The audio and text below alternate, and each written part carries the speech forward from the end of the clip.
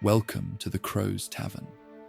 Tonight, we'll journey back to the time of the Norse people, exploring their villages, customs, and daily lives as we drift toward peaceful sleep together. After our story ends, you'll hear the gentle sounds of a crackling fire that will continue for hours without interruption. These soothing sounds will help guide you into a deep and restful sleep. Now let us begin our journey into the Viking world and allow the ancient tales to carry you towards slumber.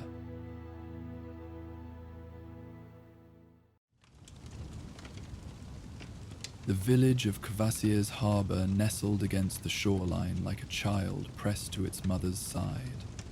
Weathered wooden homes with roofs of dried seagrass stood in a gentle curve along the bay, their windows glowing with hearthlight as dusk settled over the northern coast of Midgard.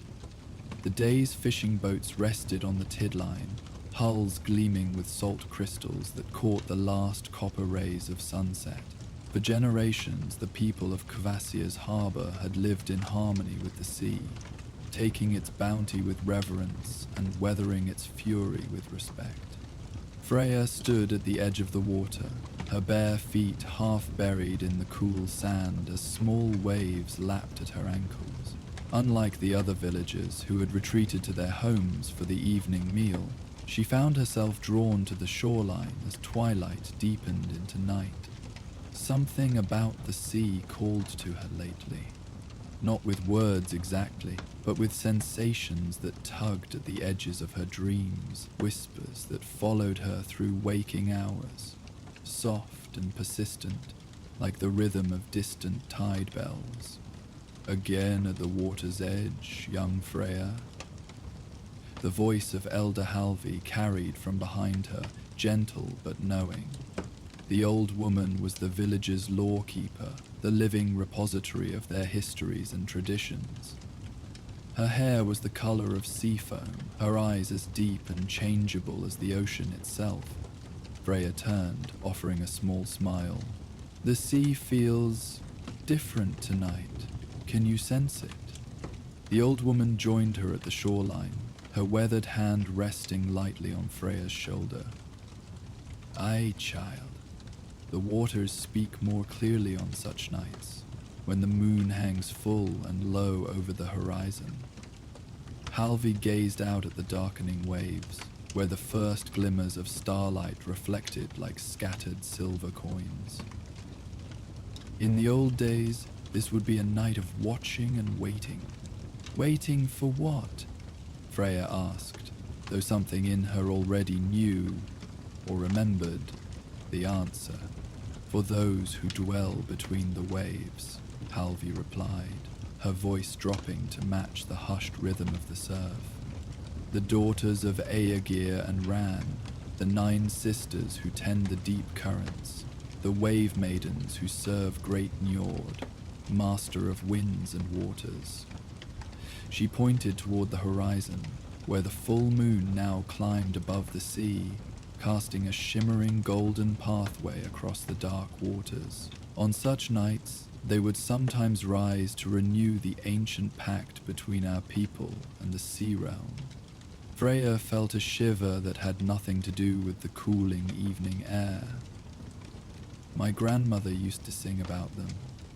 Songs about offerings left on the shore and blessings of calm waters. The memory came from early childhood, almost forgotten until this moment. Her grandmother's lined face illuminated by firelight as she sang soft melodies of saltwater promises. Indeed, Halvi nodded, her expression thoughtful. But it has been many years since the wave maidens have risen from the depths. Many years since our village has renewed its bond with Njord's realm. Perhaps too many years. She gazed meaningly at the wooden boats resting on the shore. Our catches grow smaller with each season. The storms come more frequently, with less warning. These are signs, Freya, that the old bargains may be fading. The moon continued its ascent, now fully separated from the horizon. Its light caught something in the distant waters, a flicker of blue where there should be only darkness, and silver reflections. Freya's breath caught in her throat as she pointed. "Ella Halvi, look there." The old woman's eyes narrowed, then widened with recognition. "By the All-Father's wisdom," she whispered, "it cannot be." Out beyond the sheltered curve of the bay, the water began to glow, not with moonlight's silver or starlight's distant glimmer, but with an inner radiance that pulsed with life. A soft blue luminescence that spread in perfect circles, like ripples from an unseen stone dropped into the depths. The light deepened, brightened, rising toward the surface until the bay itself seemed filled with cold blue fire. "We come," Halvi said, her voice barely audible above the gentle washing of the waves. "After all these years, the wave maidens answer the moonlight's call once more." The glowing waters parted. First one figure emerged, then another, then a third, rising from the depths with otherworldly grace. They appeared as women formed from the sea itself, their bodies composed of translucent water that held its shape through some magic beyond mortal understanding. Their hair flowed around them like living seaweed, adorned with small shells and pearls that glimmered in the moonlight. Their eyes shone with the same blue radiance that illuminated the waters around them. More figures rose until 9 wave maidens stood upon the surface of the sea, their feet never breaking the water's tension. They moved toward the shore with the fluid motion of the tide itself, neither walking nor swimming, but simply flowing forward like living currents. Behind them, the waters continued to glow, transforming the bay into a pool of cold blue fire. Halvi dropped to one knee in the sand, bowing her head in respect. After a moment's hesitation, Freya followed suit, though she could not tear her gaze away from the approaching figures. They stopped some distance from the shore, hovering where the water remained deep enough to support their magical forms. The foremost of the wave maidens, taller than her sisters with a crown of coral and mother of pearl, raised a hand in greeting. When she spoke, her voice reminded Freya of shells tumbling in the tide, smooth, musical, yet carrying the weight of depths no human would ever explore. "People of Kvasir's harbor," the wave maiden called, her words somehow carrying clearly across the water despite her gentle tone. "Long has it been since we walked the threshold between sea and shore. Long has it been since your people remembered the ancient bond between Njord's realm and your own." Elder Halvi rose carefully to her feet, her hands trembling slightly as she performed a formal gesture of welcome. "Daughters of Aegir and Ran, servants of mighty Njord, we welcome your return to our shores. I am Halvi Thordotter, keeper of law for this village." She hesitated before adding, "Forgive us if the old ways have faded from memory. Much knowledge has been lost to time." The wave maiden inclined her head, sending ripples through her flowing hair. "I am Bjorja, first daughter of the sea giants and speaker for my sisters. We come not in anger, but in remembrance. The pact between your ancestors and our Lord Njord weakens with each passing season. The offerings have ceased, the old songs go unsung, the sea's bounty diminishes as the covenant fades. We wish to renew this bond," said another wave maiden, her form smaller but gleaming with particular intensity, like sunlight through shallow water. "But the old ways require more than words spoken across the threshold. They require a willing heart to journey between worlds." Freya felt a strange certainty settle over her, as if she had always known this night would come. The dreams that had pulled her to the shore, the whispers that followed her through the village, they had been preparing her for this moment. Before she could reconsider, she rose to her feet and spoke. I am Freya Magnusdottir, she said, her voice steadier than she expected. If a willing heart is needed, I offer mine. The sea has been calling to me, and now I understand why. The wave maidens turned as one to study her, their luminous eyes seeming to peer into her very essence. Bulcha drifted closer to the shore, her watery form rippling with each movement. Yes, Bulger said after a moment of consideration. The sea has chosen you, Freya Magnusdottir. We have felt your presence at the shore, heard your thoughts carried on the tide. You are one who still listens to the ocean's voice. Her expression softened. But understand what is asked. You must journey to the sea throne of Njord to renew the covenant between your people and the ocean realm. The path is not without challenges, though we seek no harm to one who comes in good faith. Elder Halvi placed a protective hand on Freya's arm. What must she do? What dangers will she face? The wave maiden named Bjulja gestured to the glowing waters behind her. She must sail to the altar rock as the first light of dawn touches the horizon. There she will undergo 3 gentle trials to prove herself worthy of standing before Njord. If she succeeds, she will renew the covenant with a salt-kissed oath, and prosperity will return to your waters. And if I fail? Freya asked quietly. Then you return to shore unchanged, and we must wait for another who can bridge our worlds, Bulger answered simply. We seek no tribute of life or blood, only understanding and respect renewed. Elder Halvi squeezed Freya's arm gently. Child, you need not. I will go, Freya interrupted, her certainty growing with each passing moment. The dreams, the whispers, I understand them now. The sea has been preparing me. She turned to the old woman with a smile. Teach me what I need to know, Elder. Help me remember what our people have forgotten. Halvi studied her face for a long moment before nodding slowly. So be it. We have until dawn to prepare. She turned back to the wave maidens. Will you remain until then? There are others in the village who should witness your return, who should remember the old covenant. Bulger conferred briefly with her sisters before responding. We will remain in the bay until moonset. Those who wish may come to the shore and renew their acquaintance with the daughters of the sea. She focused her luminous gaze on Freya once more. When the moon touches the western horizon, return to your dwelling and prepare. We will send a sign when it is time to begin your journey.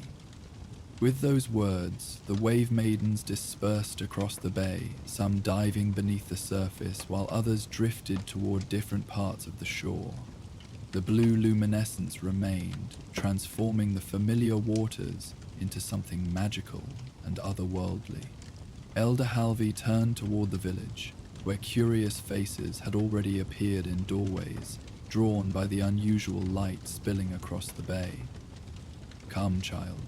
We must tell the others and begin your preparation. There is much to remember before dawn. As they walked back toward the village, Freya cast one last glance over her shoulder. One of the wave maidens, not Bulger, but a smaller figure with eyes that seemed to contain entire tide pools, watched her from the waves. When their gazes met, the sea daughter raised her hand in greeting, her smile as gentle as morning mist over calm waters. Freya returned the gesture, feeling a connection that transcended the boundary between land and sea. Whatever came with the dawn, she knew her path now lay across the shimmering waters, toward a covenant as old as her people's first songs. The village gathering hall buzzed with excited whispers as Elder Halvi recounted the appearance of the wave maidens and their message. Wooden benches that normally stood in orderly rows had been hastily arranged in a circle around the central hearth, where flames cast dancing shadows across the weathered faces of Kvasia's harbor's inhabitants. Outside, the bay continued to glow with ethereal blue light, a constant reminder of the supernatural visitors at their shore. The old stories were true, murmured Gunnar, the village's most senior fisherman, his calloused hands wrapped around a mug of warm mead. My grandfather used to speak of the daughters of Aegir rising from the depths on moonlit nights, but I always thought them tales to entertain children. Many truths become mere tales when we no longer witness them with our own eyes, Elder Halvey replied, her fingers tracing patterns in a small pile of sea salt she had poured onto the table before her. Our ancestors knew the importance of maintaining harmony with the sea realm. They left offerings on the altar rock during solstices and equinoxes. Salt bread, mead, handcrafted tokens carved from driftwood, small gifts to honor great Njord and his servants. Across the circle, Freya sat quietly, absorbing every word. Since returning to the village, she had changed from her everyday garments into a simple white linen dress, traditional attire for important ceremonies. Around her neck hung a small pendant of amber containing a tiny preserved seahorse, a gift from her grandmother years ago. But the covenant demands more than material offerings, Harvey continued, looking directly at Freya. It requires understanding a mortal heart that can comprehend the sea's nature and respect its power without seeking to command it. She gathered the salt into her palm and let it trickle back onto the table in a thin stream. The 3 trials you will face are not tests of strength or even cleverness, but of perception. What are these trials? Asked Magnus, Freya's father, his voice tight with concern. Like many fathers faced with their child's journey into danger, he struggled between pride and fear. How can she prepare?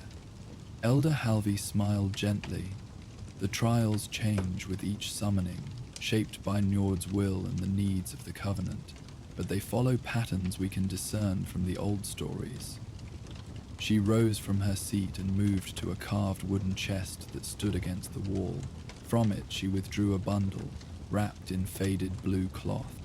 These belong to the last Covenant bearer from our village, she explained, returning to the circle and carefully unwrapping the bundle. Inside lay 3 objects: a small wooden flute carved with wave patterns, a leather pouch filled with polished sea stones, and a tarnished silver bowl. The first trial often involves listening, truly listening, to what the sea wishes to tell you. Halvey lifted the flute and passed it to Freya. This may help you understand the voices of the waves.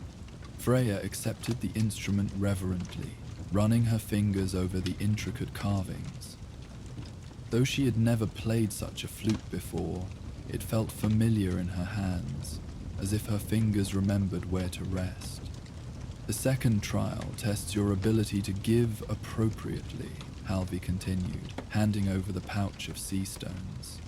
Not all gifts are equal in the eyes of the sea folk. You must discern what is truly needed, not simply what seems valuable. The stones clinked softly as Freya took the pouch, feeling their smooth coolness through the aged leather. Each stone was unique, some striped with pale bands, others speckled with tiny crystals that caught the firelight. And the third trial? Freya asked, looking at the silver bowl that remained in Halvey's hands. The old woman's expression grew solemn.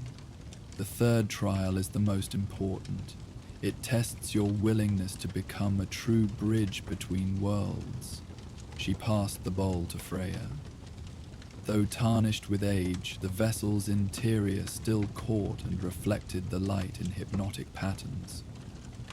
This will help you complete the final step, the salt-kissed oath that renews the covenant. A hush fell over the gathering as the significance of these objects and Freya's undertaking settled more deeply into their awareness. For most of them, the Wave Maidens had been little more than characters from old tales. Now, with the bay glowing beyond their windows and ancient artifacts laid before them, the realm of myth had suddenly become tangible reality. "There is something else you should know," Elder Halvi said, breaking the silence. "The covenant bearer who successfully renews the bond receives a gift from Njord himself. The stories say it is different for each person, a blessing uniquely fitted to the bearer's nature and the village's needs." "What gift did the last covenant bearer receive?" Freya asked, carefully gathering her 3 tokens. Halvi's eyes crinkled with a smile. "Astrid Eiriksdottir returned with the knowledge of reading weather patterns in the movement of seabirds. Her gift saved many lives during the decades that followed, as she could predict storms 3 days before they arrived." The old woman reached out to clasp Freya's hands. "Who knows what blessing you might bring back to Kvasir's harbor?" Before anyone could respond, a sound like distant bells carried through the open windows, crystal tones that seemed to resonate directly from the glowing waters of the bay. Every head turned toward the shore, where the wave maidens had gathered once more in a perfect semicircle, their luminous forms bright against the darkness. "The moon approaches the western horizon," Elder Halvi observed, rising to her feet. "It is time for the village to pay its respects before the daughters of the sea depart until dawn." One by one, the villagers filed out of the gathering hall and made their way to the shore. Freya walked among them, the 3 tokens carefully secured in a small pack at her waist. Though her heart beat quickly with anticipation of what was to come, a strange calm had settled over her mind. The same tranquility she often felt when sitting alone by the water at twilight. At the shoreline, the people of Kvasir's harbor formed a respectful semicircle of their own, mirroring the arrangement of the wave maidens. For a long moment silence prevailed, broken only by the gentle lapping of waves against the sand. Then, without any visible signal, Elder Halvi began to sing. Her voice carried across the water, clear and strong despite her years, a melody that seemed both ancient and somehow familiar to every ear that heard it. After the first verse, others joined in hesitantly, fragments of memory connecting to form a song nearly lost to time. It spoke of winds and tides, of bounty given and respect returned, of the delicate balance between the realms of land and sea. As the villagers sang, the wave maidens began a dance upon the water's surface, their fluid forms moving in harmony with the music. Ripples spread from their steps, patterns of light and shadow playing across the bay in mesmerizing synchronicity. The blue glow intensified until it seemed the entire cove had transformed into a magical amphitheater, land and sea united through sound and movement. Freya found herself singing words she had never consciously learned, yet somehow knew by heart, perhaps echoes of her grandmother's lullabies, perhaps memories carried in the blood itself. As her voice joined the others, one of the wave maidens separated from the group and approached the shore. It was the smaller one Freya had noticed earlier, with eyes like tide pools containing entire miniature ecosystem. "I am Himming Laiva," the wave maiden said when she was near enough to speak without raising her voice. Unlike Bodjia's shell-tumbling tones, her words flowed like water over smooth stones. "I will guide your journey when dawn approaches." "I am honored," Freya responded, instinctively offering a small bow. Himminglaver's smile rippled across her features like sunlight on shallow water. "You have a sea soul, Freya Magnusdottir. I sensed it from the moment you first stood upon this shore in your dreams." "My dreams?" Freya asked, momentarily confused. "The calls you felt, the whispers that drew you to the water. Your spirit walked with us while your body remained on land." The wave maiden's gaze was gentle but knowing. Few mortals can travel thus between worlds, even in dreams. It is why you were chosen." Before Freya could ask more, Himinleia glanced toward the western horizon, where the moon now hung low above the distant mountains. "The time approaches for us to return to the depths until dawn. Rest while you can, sea daughter. When the eastern sky first blushes with light, look to the water's edge for my sign." With that, she turned and flowed back to her sisters. The song of the villagers gradually faded, the last notes hanging in the air like mist. As if responding to this conclusion, the wave maidens bowed as one toward the shore, their forms rippling with the motion. Then, in perfect unison, they descended beneath the surface, taking their blue radiance with them.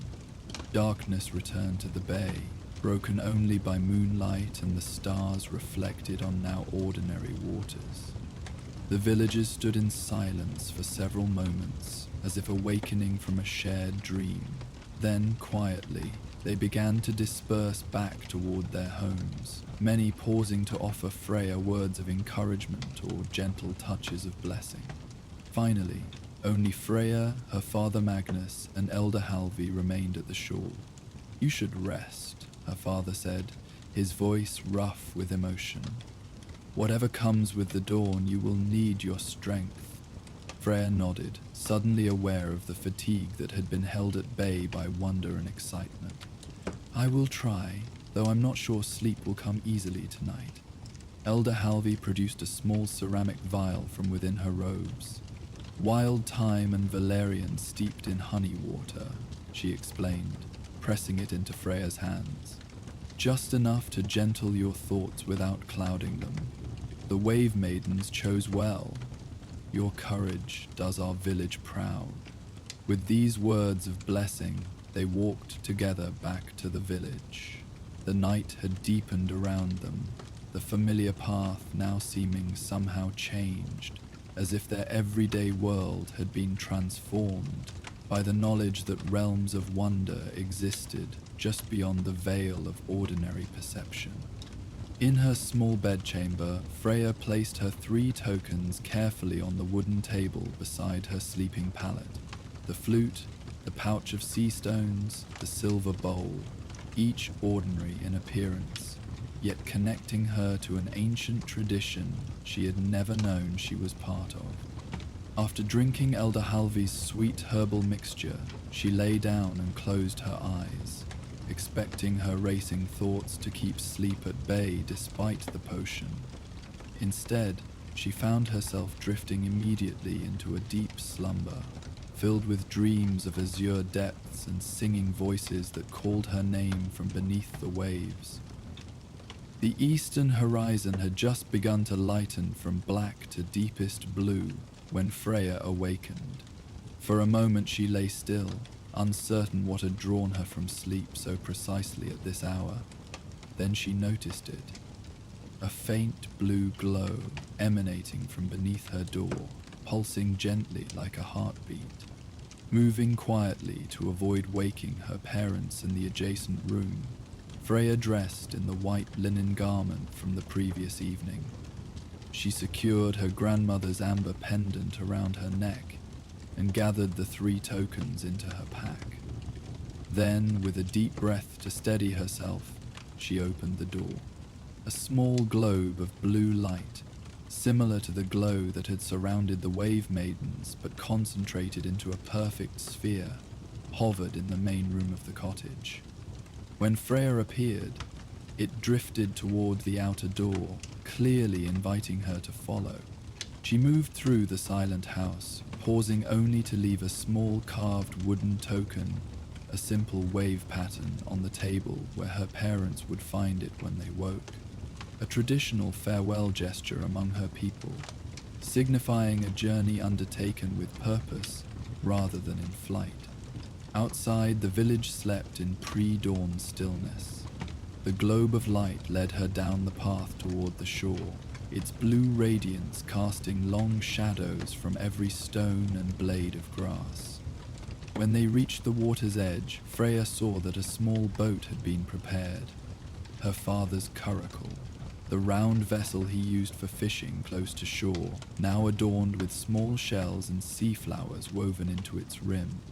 Beside the boat stood Himingleva, her watery form more substantial than it had appeared the previous night.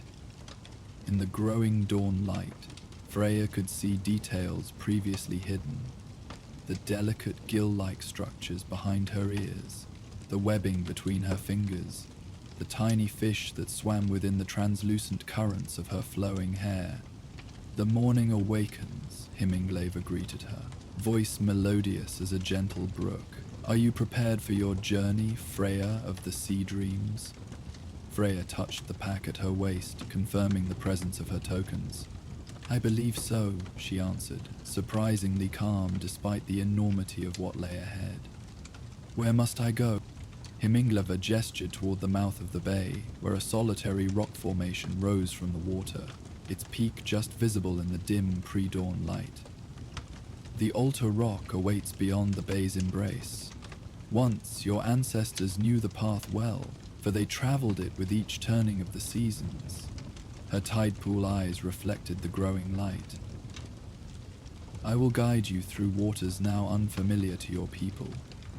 The wave maiden gestured to the coracle. "Your vessel has been blessed by my sisters while the village slept. It will bear you safely, though you must be the one to guide it with your own hands." Freya approached the small boat and carefully pushed it into the shallow water. It floated with unusual stability for such a simple craft, the water rippling around it with purposeful patterns that seemed almost protective. Taking a deep breath, she stepped into the vessel and settled herself in its center, taking up the single paddle that lay within. "I am ready," she said, surprising herself with the certainty in her voice. Himingleva nodded approvingly and stepped into the water, her form merging partially with the sea itself as she moved deeper. "Follow me, sea daughter. Keep my light within sight and trust the water to support your path." With those words, she dove beneath the surface, becoming a streak of blue luminescence that moved slowly away from shore. Freya dipped her paddle into the water and began to follow, her strokes smooth and sure despite her limited experience with her father's fishing vessel. As they left the protected confines of the bay, the water darkened to the deep indigo of early dawn. The sea remained unusually calm, with barely a ripple disturbing its surface, apart from the gentle wake of Freya's passage. Above, stars still gleamed in the western sky, while the east began to brighten with the promise of sunrise. Himinglaeba's glowing form led her in a winding path that seemed, at first, to meander without purpose. Gradually, Freya realized they were following deep water channels between submerged sandbars and hidden reefs, a route that would be invisible to anyone without the Wave Maiden's guidance. The altar rock grew larger as they approached, revealing itself to be more substantial than it had appeared from shore. Rising some 30 feet above the water's surface, its weathered stone face was carved with ancient symbols, half erased by centuries of wind and spray. At its base, a natural platform of flat stone extended just above the waterline, providing a place where a small vessel might safely land. Himingleva surfaced beside the coracle as they neared this landing place, her upper body reforming into distinct shape while her lower half remained merged with the sea. "We have arrived at the threshold," she announced, gesturing to the platform. "Secure your vessel and ascend to the altar." Freya guided the coracle to the natural dock and carefully stepped out, pulling the small boat partially onto the flat stone to prevent it from drifting away. The rock felt cool and slightly rough beneath her bare feet, its surface etched with tiny fossilized shells that testified to its ancient origins. As a seafloor raised by geological forces long ago, a narrow path wound upward from the landing, carved steps worn smooth by countless feet that had climbed this same route in earlier centuries. Freya followed these time-worn steps, aware of Himlegleva flowing alongside, not walking, but somehow ascending as a vertical stream of water that maintained its cohesion despite defying natural laws. At the summit, the path opened onto a circular platform surrounded by a low rim of carved stone. In its center stood a simple altar, a waist-high column of rock with a basin hollowed into its top.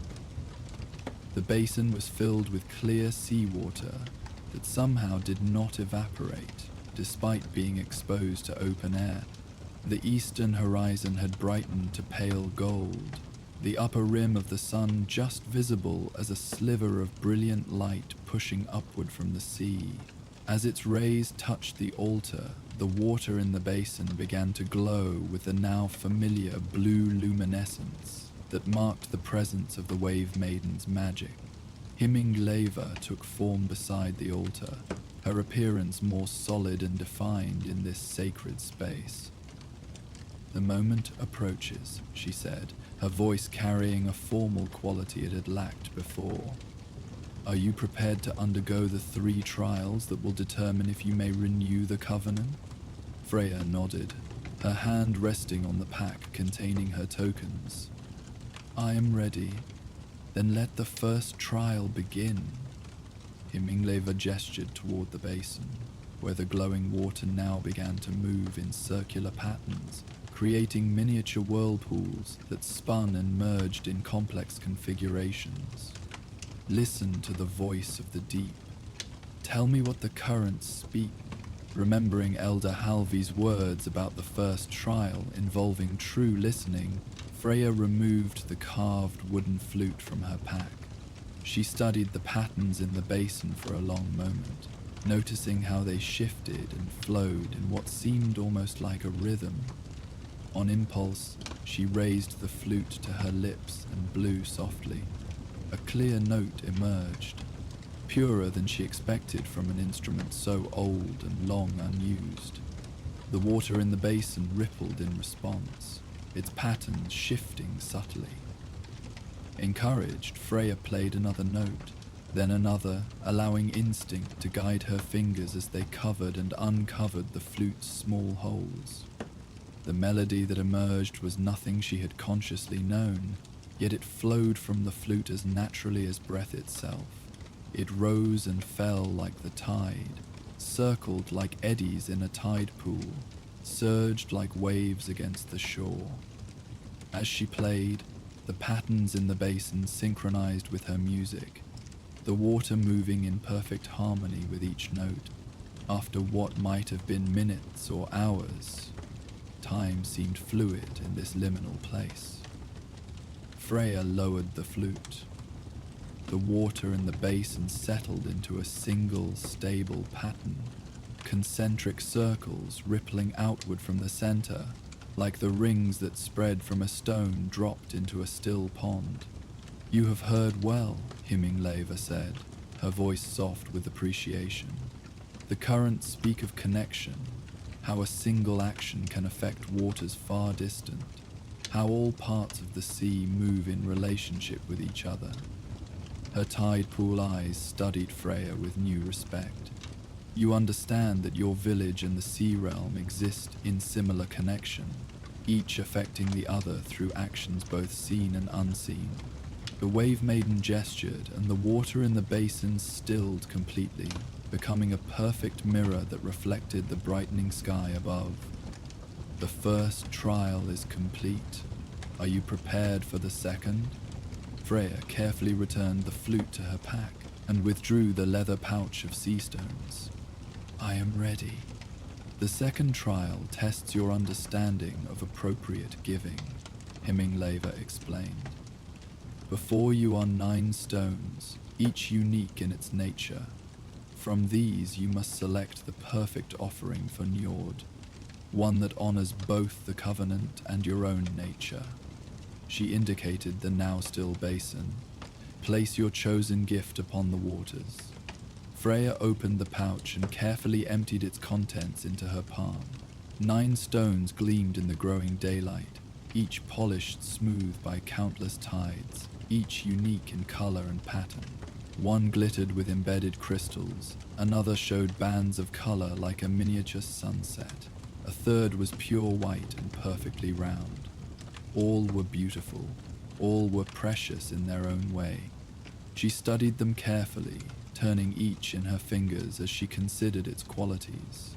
The obvious choice might be the most beautiful or the most unusual, but something in her hesitated. What would truly honor both the covenant and her own nature? As she considered, her thumb rubbed absently across the amber pendant at her throat. Her grandmother's gift, containing the tiny, preserved seahorse. Memory stirred. Her grandmother telling her how seahorses mate for life, how the male carries the young in his pouch, how they anchor themselves against strong currents by wrapping their tails around seagrass. Understanding dawned. Among the 9 stones, one was unremarkable at first glance. A simple grey pebble veined with a single line of quartz that wound around its circumference like a path or a bond.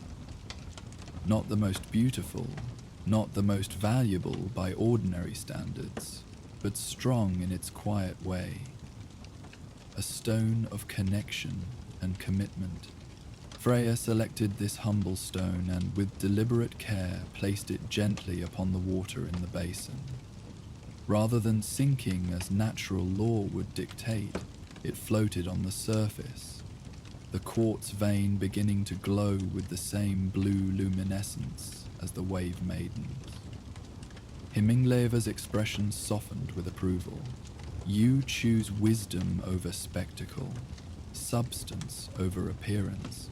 This pleases Njord, who values steadfast commitment above momentary grandeur.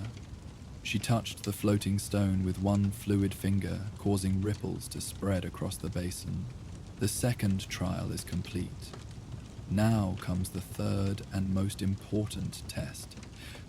The water in the basin began to drain away through some unseen channel, leaving only the stone Freya had offered, now resting at the bottom. Himingleva gestured for Freya to place the silver bowl upon the altar beside the basin. The covenant requires not just understanding or symbolic gifts, but a true exchange between realms, the Wave Maiden explained. The third trial asks, are you willing to become the bridge that connects sea and shore, to carry something of yourself to the depths, and something of the depths back to your people? Freya placed the tarnished silver bowl upon the altar. In the growing daylight, she could now see that its inner surface was engraved with intricate patterns, similar to those on the altar itself. Spirals and waves that seemed almost to move when viewed from different angles. I am willing, she said, feeling the truth of these words resonate deep within her. Himingleva nodded solemnly. Then complete the salt-kissed oath. Fill the bowl with your offering to the sea, that the covenant may be renewed. For a moment, Freya was uncertain what offering was expected. She had brought no additional gifts beyond the 3 tokens, and the stone had already been given. Then understanding came, not from reason but from that deeper knowing that had guided her throughout this journey. She raised her hand to her face and brushed away tears she hadn't realized were falling. Tears of emotion from all she had experienced. Tears of connection to something greater than herself. These drops she caught in the silver bowl, where they gathered in its center, shimmering in the first true light of dawn. I offer the waters of human emotion, she said, words coming from that same place of deep knowing. Joy and sorrow, fear and courage, longing and fulfillment, the tides that move within us as your currents move within the sea. Let these waters bridge our worlds, binding human and ocean realm in mutual respect and care. As the last word left her lips, the first full rays of sunrise crested the horizon, striking the altar directly. The teardrops in the bowl began to glow, not with the blue light of the wave maidens, but with golden radiance like captured sunlight. They expanded, filling the bowl with luminous liquid that moved with currents of its own. Himliga's expression was one of wonder and profound satisfaction. "The offering is accepted," she said, her voice carrying the formal cadence of ancient ritual. "The covenant is renewed through your understanding heart." She gestured to the silver bowl. "Now drink from the waters of exchange, that you may carry the sea's blessing back to your people." Freya lifted the bowl with steady hands and raised it to her lips. The liquid tasted of salt and sunlight, of depths and distances beyond human knowing. It carried memories not her own, vast migrations of white-winged seabirds, the slow dance of underwater forests, the songs of creatures that had never seen the sky. It showed her patterns of tide and current, the language of waves and weather, secrets written in the movement of clouds and the flight of gulls. When she lowered the empty bowl, Freya found herself changed. Not visibly, perhaps, but fundamentally. The world around her seemed more vivid, more connected. She could feel the rhythm of the tides in her own heartbeat, sense the weather gathering far out to sea, understand the stories told by wind and water in ways that transcended ordinary human perception. "You have completed all trials and sealed the covenant with the salt-kissed oath," Himinglea declared, her voice carrying across the water around the altar rock. "What was broken is now mended, what was forgotten is now remembered." As if in response to her words, the sea around the rock formation began to glow once more with blue luminescence. One by one, the wave maidens rose from the depths, forming a circle around the sacred place. Among them appeared a new figure, taller and more substantial than the daughters of Aegir, his form suggesting both human and oceanic aspects simultaneously. His beard flowed like sea foam around a face weathered by countless storms, yet kind in its fundamental nature. His eyes held the green moon depths of the ocean itself, and his crown was fashioned of coral and pearl. In one hand he carried a staff of polished driftwood, adorned with shells from the deepest trenches. "Njord," whispered Freya, recognizing the sea god from the ancient tales without needing to be told. The god inclined his head in acknowledgement. When he spoke, his voice reminded her of the distant thunder of waves against cliffs, powerful yet somehow comforting in its constancy. "Covenant-bearer," he greeted her. "You have renewed the bond between my realm and your people with wisdom and true understanding. The bounty of the sea shall return to your waters. The fish shall swim once more in abundance. The storms shall give fair warning before they break upon your shores." He raised his staff, touching its tip gently to Freya's forehead. "And to you, bridge between worlds, I grant the blessings suited to your nature and your village's need. You shall ever hear the sea's voice, understanding its moods and messages. The patterns of tide and weather shall speak to you clearly, and you shall translate between the languages of ocean and shore."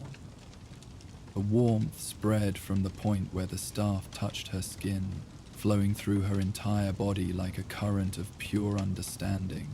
Knowledge unfolded within her mind, how to read the subtle changes in wave patterns that preceded storms, how to interpret the behavior of sea creatures as indicators of underwater conditions, how to predict the movements of fish schools by observing surface disturbance. More than mere information, it was a way of perceiving that connected her permanently to the world beneath the waves.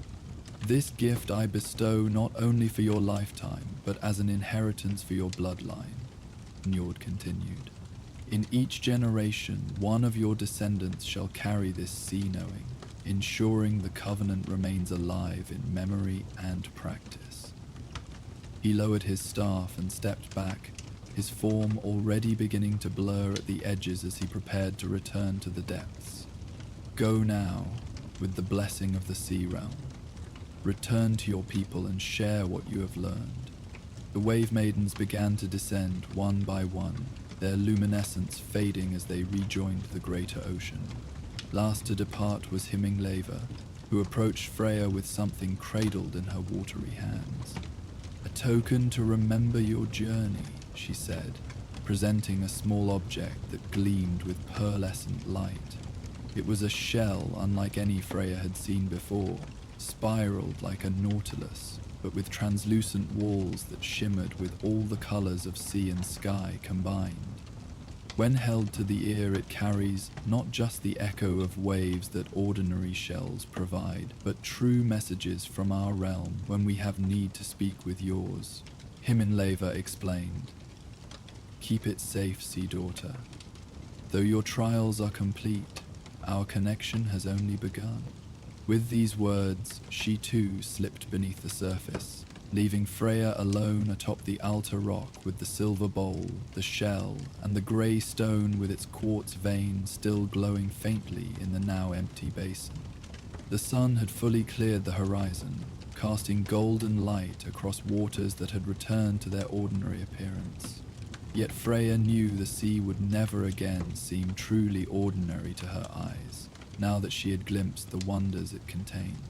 Gathering her tokens and the gifts she had received, she made her way down the worn stone steps to where her coracle waited. The journey back to shore seemed both shorter and richer than the outward voyage had been, each passing wave now carrying meaning she could interpret, each current revealing patterns she could read like words on a page. As the boat rounded the point of land that marked the entrance to Kvasir's harbour, Freya saw the entire village gathered at the shoreline. They stood in respectful silence, watching her approach. Elder Halvi at their centre, Freya's parents just behind her with expressions poised between anxiety and wonder. When the coracle's bottom scraped gently against the sand, Magnus rushed forward to help his daughter ashore. The moment her feet touched land, a great cheer rose from the assembled villagers. Not just celebration of her safe return, but recognition of something more profound. Even without words of explanation, they sensed the change in her, the blessing she carried back from the threshold between worlds. Elder Halvi stepped forward, her weathered face bright with joy. The covenant is renewed, she stated, reading the truth in Freya's eyes. It is, Freya confirmed, reaching into her pack to show the shell Himingleva had given her. It caught the morning light, sending rainbow patterns dancing across upturned faces. The wave maidens will return with each solstice and equinox, ready to receive the villagers' tokens of respect. And she paused, still adjusting to the knowledge that flowed within her. I can now hear what the sea wishes to tell us. About weather and tides, about fish and their movements, about the right times for sailing and the moments to remain safely ashore. A murmur of appreciation rippled through the crowd. In a community that lived by the sea's bounty and feared its fury, such knowledge was more precious than gold. The blessing extends beyond my lifetime, Freya continued, meeting her father's gaze directly. In each generation, one of my bloodline will inherit this sea knowing, ensuring the covenant remains strong. Magnus's eyes filled with tears of pride as he embraced his daughter. The gods chose well, he said simply, his voice rough with emotion. The villagers surged forward then, eager to welcome Freya home and hear the full tale of her journey. But Elder Halvi raised a hand, creating space around the returned covenant bearer. There will be time for stories, the old woman announced. For now, let us honor the renewed covenant with a ceremony of our own. She gestured toward the gathering hall. The morning meal has been prepared as a feast of thanksgiving. Afterward, Freya will share all that has transpired at the altar rock. As they made their way up from the shore, Freya found herself walking beside Elder Halvi. The old woman studied her face with knowing eyes. "You are changed," she observed quietly. Freya nodded, watching a gull wheel overhead and understanding from its flight pattern that a school of fish had entered the bay, knowledge that came to her as naturally as breathing. "I am the same, yet not the same," she replied. "I remain Freya Magnusdottir, yet I am also something more, a bridge between realms." "Such is the way with those who walk between worlds," Harvey said with a smile. "Neither fully of the land nor fully of the sea, but belonging to both in your own way." She patted Freya's hand gently. "It can be lonely at times, this in-between existence. Remember that even bridges must have foundations on both shores they connect." Freya considered this wisdom as they continued toward the village, where smoke rose from cooking fires and children ran ahead to spread news of her return. The loneliness Halvi spoke of, she could sense its possibility already in the way she now perceived aspects of the world invisible to others around her. Yet as she listened to the distant rhythm of waves against the shore, feeling their echo in her own heartbeat, Freya found herself at peace with this new reality. She had always been drawn to the boundary between land and sea, had always felt the ocean's call in her dreams. Now she understood why she had been born for this role, shaped by forces beyond ordinary understanding, to become a living covenant between human and ocean realm.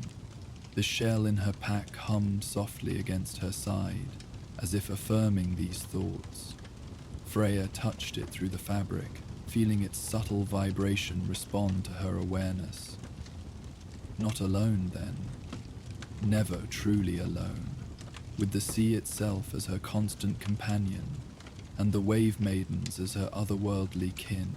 Ahead, the village of Kvasir's harbour welcomed its daughters home, both the familiar young woman who had departed at dawn and the covenant-bearer she had become. Behind, the waves of the bay lapped gently against the shore, their whispered secrets now clear as spoken words to Freya's awakened senses. Between these worlds she would walk henceforth, carrying the salt-kissed oath in her blood and bones, a living bridge renewed with each tide's turning, the human heart of an ancient covenant born anew with the rising sun. As the waves continued their eternal dance against the shore of Kvasir's harbour, Freya's tale of covenant and connection faded into memory like sea foam dissolving on sand. The villagers who had gathered to hear her story drifted back to their homes, carrying with them renewed respect for the delicate balance between the realms of land and sea. Their dreams that night would be filled with wave maidens and salt-kissed oaths, with the gentle magic of understanding that bridges worlds. Yet, beyond the sheltered bay where Freya renewed her village's bond with Njord's realm, the vast northern seas hold deeper mysteries still. For the ocean remembers what mortals forget, and its waters carry stories older than any human settlement upon Midgard's shores. Far to the north, where towering ice cliffs meet darkened waters and the aurora dances across winter skies, different tales unfold. Tales not of gentle wave maidens and village covenants, but of the All-Father himself and the ancient bark that first traced the boundaries between worlds. Let your mind now drift with the currents, following the path of a weathered piece of driftwood as it journeys from Kvasir's harbour into the open sea. Carried by tides and guided by winds, it travels northward, past rocky headlands and mist-shrouded islands, beyond the realms of mortal knowledge, to shores where gods once walked and may walk still. The piece of driftwood, perhaps once part of a fishing boat, perhaps carved by hands long turned to dust, tumbles and rolls with each passing wave. Its journey counts not in days or leagues, but in the slow transformation of its being. Salt penetrates its grain, small creatures make temporary homes within its hollows. The relentless caress of water and sand smooths its rough edges until it becomes something new, neither fully of the land from which it came, nor fully of the sea that claimed it. Like memories transformed by time, like tales reshaped with each telling, the driftwood changes as it travels. When at last it washes ashore on a distant northern beach, it bears little resemblance to what it once was. Yet within its weathered form, traces remain of its origin, rings that count years of growth, marks of tools that shaped it for human purpose, echoes of its former existence preserved despite transformation. So too with stories that travel across time and distance. They change in the telling, adapt to new shores and different listeners, yet carry within them seeds of ancient truth. Now, as your consciousness drifts like that piece of sea-worn wood, allow yourself to be carried to shores where a different tale awaits, one of dreams and visions, of boats and beginnings, of the All-Father's wisdom sought through unlikely means. The old sailor's weathered hands traced the pattern of ancient runes carved into the driftwood he had collected over decades. Each piece, smoothed by salt and time, had washed ashore bearing fragments of a story. His story, though he hadn't understood this when he began gathering them as a young man. Now, as silver threaded his once golden beard, and deep lines mapped his face like the fjords of his homeland, Leif Haraldsson sat in his small coastal cottage, assembling the pieces on his worn table. Outside, the fog rolled in from the sea, thick as wool and just as silent. It embraced his solitary dwelling perched on the edge of the cliff, obscuring the boundary between water and sky, between what was real and what was merely remembered. Such nights always brought the dreams most vividly. Dreams of a golden ship said to belong to the Allfather himself, moored in a hidden inlet, accessible only to those who had paid the proper price in years and wisdom. Leif had spent 50 years sailing the northern waters, from the ice-bound shores of his homeland to distant lands where the sun burned hot and strange stars guided his way home. He had weathered storms that swallowed lesser vessels whole, navigated treacherous passages where jagged rocks waited beneath innocent-seeming waters, and bargained with traders whose languages twisted his tongue into unfamiliar shapes. The salt had worked its way into his very bones, and the rhythm of the waves had become the cadence of his heartbeat. In his youth, he had sailed for glory and wealth, his father's lessons ringing in his ears. A man's worth is measured by the treasures he brings home and the tales told of his courage. Harold had been the greatest captain of his generation, commanding respect in every port until the day his ship failed to return from a voyage north of the known waters. Many claimed the sea had simply claimed what had always been hers, but young Leif had refused to believe his father would succumb to mere weather or waves. It was while searching for any sign of his father's fate that Leif first heard whispers of the Allfather's ship, a vessel of impossible beauty and power that sailed not just the waters of Midgard, but the spaces between all 9 worlds. Some said it appeared only to those facing imminent death at sea, offering salvation to the worthy. Others claimed it collected the souls of exceptional seafarers, recruiting them into Odin's eternal crew. A few, speaking quietly after many horns of mead, suggested it could be found by those who knew how to dream with open eyes and a seeking heart.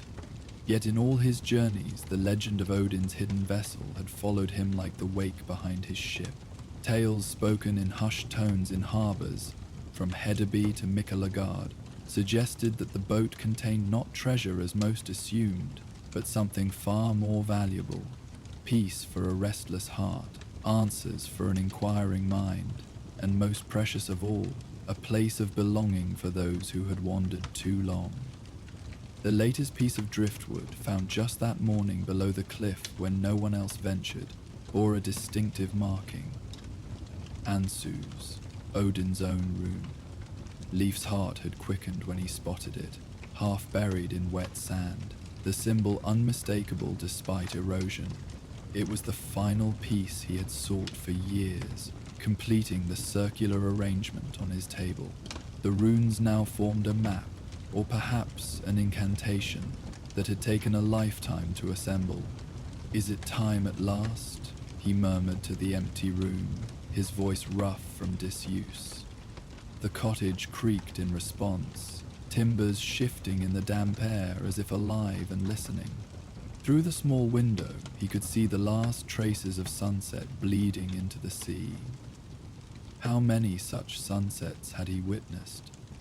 Thousands upon thousands, from the decks of countless ships and the shores of lands whose names had faded from his memory like footprints on wet sand. Each one unique, yet each a reminder of life's ceaseless turning toward night and renewed dawn. He remembered the first time he had truly noticed a sunset. He had been a boy of perhaps 7 summers, sitting beside his father on their small fishing boat. The western sky had erupted in colors so vivid he had asked if Surtur, the fire giant, was setting the heavens ablaze. His father had laughed, a sound as rare and precious as amber washing ashore, and explained how Odin himself painted the sky each evening to remind mortals of beauty in a harsh world. Mohammed Hara, when I am gone, Harold had told his wide-eyed son, look for me in the sunset. That is where the souls of sailors rest between voyages, waiting for the ship that will carry them to new waters beyond the edge of the world. After his father disappeared at sea, young Leif had watched every sunset with desperate attention, searching for some sign of Harold's presence among the changing colors. Eventually, the raw grief had dulled to a softer ache, and the sunset ritual had become a quiet remembrance rather than a frantic search. Now, in his old age, Leif wondered if tonight's sunset, particularly vivid despite the gathering fog, might be his father reaching across the veil at last, guiding him toward their reunion. Leif moved to his bedside where a small wooden chest contained his most treasured possessions. From it, he withdrew a leather pouch worn smooth by decades of handling. Inside lay 9 stones, each bearing a rune painted with his own blood many years ago, when he had first understood his quest. These were not for reading the future, but for finding the path between worlds, between waking and dreaming, between the mundane shores and the misty inlets where legends dwelled. The ritual was simple, passed to him by an ancient vulva when he was barely more than a boy. The seeress had fixed him with milky blonde eyes and spoken of a destiny written in salt and stars. You will seek the All-Father's boat all your days, Leif Haraldsson, and only when your beard matches the foam on the waves will you be ready to find it. He arranged the 9 stones in a circle around his bed, each positioned to align with the driftwood map on his table.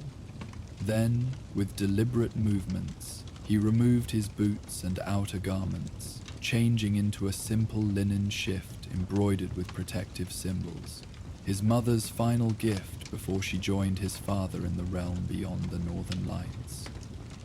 Leif settled onto his simple bed, hands crossed over his chest in the manner of those prepared for the journey to Valhalla. Tonight, if the signs spoke true, he would dream the final dream and find the hidden ship at last. Outside, the fog pressed against his windows like a curious ghost, and the distant sound of waves against the cliffs became a rhythm matching his slowing heartbeat. He closed his eyes, murmuring the words taught by the vulva so long ago. Between worlds I walk, between breath and stillness I travel. Guide me to the golden ship, all-father of wisdom and wandering. Sleep came gradually, then suddenly, the way the tide first kisses the shore with gentle, exploratory waves before rushing in to claim the beach with unstoppable force. Leif felt himself drifting, his consciousness separating from his body until he viewed his own sleeping form from above, a weathered vessel temporarily abandoned while his spirit sailed different waters. The cottage dissolved around him, replaced by swirling mist that obscured and revealed in equal measure. Leif found himself standing on a shore he both recognized and did not, the familiar curve of his own cove transformed by moonlight and magic into something older and more primeval. The cliffs rose higher than in waking life, their faces etched with colossal runes that glowed with subtle blue light when the mist parted enough to reveal them. At his feet the water lapped gently, each wave briefly illuminating smaller runes beneath the surface, creating patterns that shifted and reorganized with each successive swell. Drawn by an instinctive understanding, Leif knelt and traced his finger through the foam at the water's edge. The sea responded immediately, the nearest runes brightening to create a pathway leading outward into the fog-shrouded bay. The path reveals itself only to those patient enough to read it, came a voice like stone grinding against stone. Leif turned to find a raven perched on a nearby rock, its feathers iridescent black in the strange light, its eyes reflecting wisdom far beyond that of an ordinary bird. He recognized it immediately for what it must be. One of Odin's own, either Hugin or Munin, thought and memory incarnate. "I have been patient," Leif replied, his dream voice stronger and clearer than his waking one. "A lifetime of gathering signs and waiting for this night." The raven tilted its head, considering him with one gleaming eye. Time in dreams flows differently than in the waking world. Your lifetime may be but a moment here, or 1,000 years. Are you certain you wish to follow where these runes lead? Leif gazed out at the glowing pathway stretching into the mist. "I have sought Odin's ship since I was young enough to believe finding it would bring me glory. Now I seek it, knowing it may bring only an ending. Either way, my course was set long ago." The raven made a sound that might have been approval. "Then you will need a vessel to follow the signs. Even in dreams, one cannot walk upon water without consequence." As if summoned by the raven's words, a small wooden boat appeared at the water's edge. Not the magnificent ship of legend, but a simple rowboat crafted from the same driftwood that Leif had collected over decades. He recognized pieces of it, the gunwale carved from wood found after his first great storm at sea, the seat made from timber salvaged when his father's longship finally surrendered to age and salt, the stern piece discovered the day he decided to cease his wandering and build his cottage by the cliff. "My life assembled into a vessel," Leif murmured in understanding. "Our journeys are made in boats of our own making," the raven replied cryptically. "Now row, dreamer. The tide of this night will not wait, and the path may vanish with the turning of the moon." Leif hesitated, a lifetime of caution making him study the small craft once more. Will this vessel hold against the currents between worlds? It seems fragile for such a journey. The raven's laughter sounded like stones sliding down a mountainside. "The strongest ships are not always made from the thickest timber, dreamer. This boat has been shaped by your years, tempered by your sorrows, strengthened by your joys. It bears the invisible marks of every hand that touched your life, your father's guidance, your mother's care, the comrades who stood beside you in storm and calm. Such a vassal may appear humble to mortal eyes, yet it will sail true when grander ships falter." These words settled something within Leif's spirit. He ran his weathered hand along the boat's prow, feeling the subtle warmth of wood that seemed almost to pulse beneath his touch. Every piece told a fragment of his story. Here a plank that recalled his first command. There a timber reminiscent of the ship that had carried him to distant trading ports, where strange spices perfumed the air and unfamiliar constellations wheeled overhead. "I recognize you now," he whispered to the humble craft. "We have always sailed together, though I knew it not." Leif pushed the boat into the gentle waves and climbed aboard, finding oars worn to fit his hands perfectly, though he had never seen them before. They felt like extensions of his arms, responsive to his slightest intent.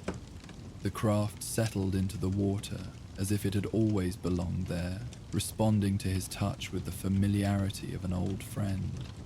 He began to row, following the submerged runes that brightened as he approached and faded once he passed. The raven launches itself from the rock and flies overhead, sometimes disappearing into the mist, only to emerge again when Leif questions his direction. Its wings cut through the fog like dark blades, leaving momentary tunnels of clarity that close as quickly as they form. Leif finds himself following these temporary openings, trusting the bird's guidance when his own senses become confused by the shifting boundaries of this dream scene. "The veil thins here," calls the raven from somewhere above, its voice seeming to come from multiple directions at once. "We approach the boundaries that separate dreaming from waking, memory from prophecy, past from future." As if in response to these words, the mist around Leif's boat begins to change character.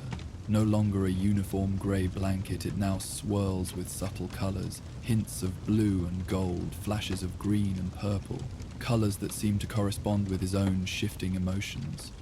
When a particular memory surfaces in his mind, his first successful voyage as captain, the fog momentarily glows with triumphant amber. When he recalls the bitter winter he spent icebound in a northern harbour, fighting to keep his crew alive until spring, the surrounding mist darkens to the deep blue of twilight on snow. "The fog mirrors your journey," explains the raven, now perched temporarily on the prow of his small boat. "In this place, inner and outer realities converge. What you have carried within now manifests without." Leif understands this to be true, as faces begin to form and dissolve in the mist around him. Companions long dead, lovers left behind in distant ports, rivals whose challenges had shaped his growth as a sailor and a man. None fully materialize, remaining impressions rather than apparitions, yet each evokes emotions that further influence the color and movement of the surrounding fog. "I carry more than I realized," Leif murmurs, watching a particularly vibrant swirl of deep violet that accompanies the memory of his mother, singing him to sleep during a terrifying storm when he was very young. "Our souls are vessels," replies the raven sagely. "Some carry cargo they never inventory until the final harbor approaches." The shoreline recedes behind him until it is just another shadow in the fog, indistinguishable from the dreamscape surrounding him. Time becomes fluid and uncertain. He might have been rowing for minutes or hours when the mist suddenly thickens until he can barely see the oars breaking the surface before him. "Keep faith with the path," called the raven from somewhere above. "The veil between worlds grows thinnest here." Leif continued rowing steadily, trusting the pattern of runes more than his own senses. The water beneath his boat deepened from shallow coastal green to midnight blue, yet remained perfectly clear, allowing him to see far below where strange shapes moved in the depths, some resembling the sea creatures he had encountered in his sailing days, others more like the fantastical beasts depicted in the carved prows of ceremonial ships. One shadow grew larger as it ascended from the depths, resolving into a whale of impossible magnitude. Its body stretched longer than any vessel Leif had ever captained, its skin etched with the same runic patterns that guided his path. As it rose, the massive creature carefully kept pace beneath Leif's small boat, close enough that he could see the ancient wisdom in its enormous eye when it rolled to look at him, yet never disturbing his craft with its movement. "The navigator remembers you," said the raven, now perched on the prow of his boat. "You once spared a whale calf caught in your nets at the cost of a season's catch." Leif vaguely recalled the incident, a summer voyage when he was first captain of his own trading vessel, barely 30 winters old. The choice had nearly brought mutiny from his crew, but something about the calf's frightened eye had made the decision inevitable. "I didn't expect to be remembered for it," he told the raven, watching as the great whale kept steady beneath them. "Our actions cast ripples across the 9 worlds," replied the bird. "Some return as waves to carry us when we least expect it." As if hearing the conversation, the whale exhaled a gentle spout that manifested not as water, but as luminous mist. This fog, unlike the obscuring banks surrounding them, illuminated a clearer path forward, the runes within it sharp and distinct. The great creature then descended silently back into the depths, its task completed. Leif rowed onward through the glowing mist path, the water growing stiller with each pull of the oars. Eventually it became mirror smooth, reflecting stars that hadn't been visible earlier. He realized with a start that these weren't the stars of the waking world. Instead of familiar constellations, the heavens above displayed runic patterns, matching those guiding him through the water, as if he rode through the space between sky and its reflection. "We approach the boundary," croaked the raven, now sounding more solemn. "Few living men have crossed it with awareness intact." Before Leif could question this cryptic warning, the mist parted dramatically, revealing a sight that stole his breath despite all his years of anticipation. Before him floated a vessel of such perfection that it could only be the work of divine craftsmanship. Skid Bladnir, the legendary ship said to belong to Odin himself. Unlike the massive dragon ships that had once carried raiders across the seas, this vessel possessed an elegance that transcended mere function. Its hull gleamed golden in the starlight, the wood seemingly alive with internal radiance. Intricate carvings covered every surface, telling stories that shifted and changed as Leif tried to focus on them. Scenes from the creation of the worlds, the binding of Fenrir, the theft of Thor's hammer, the wisdom bargain of Odin at Mimir's well, all flowing into one another like remembered dreams.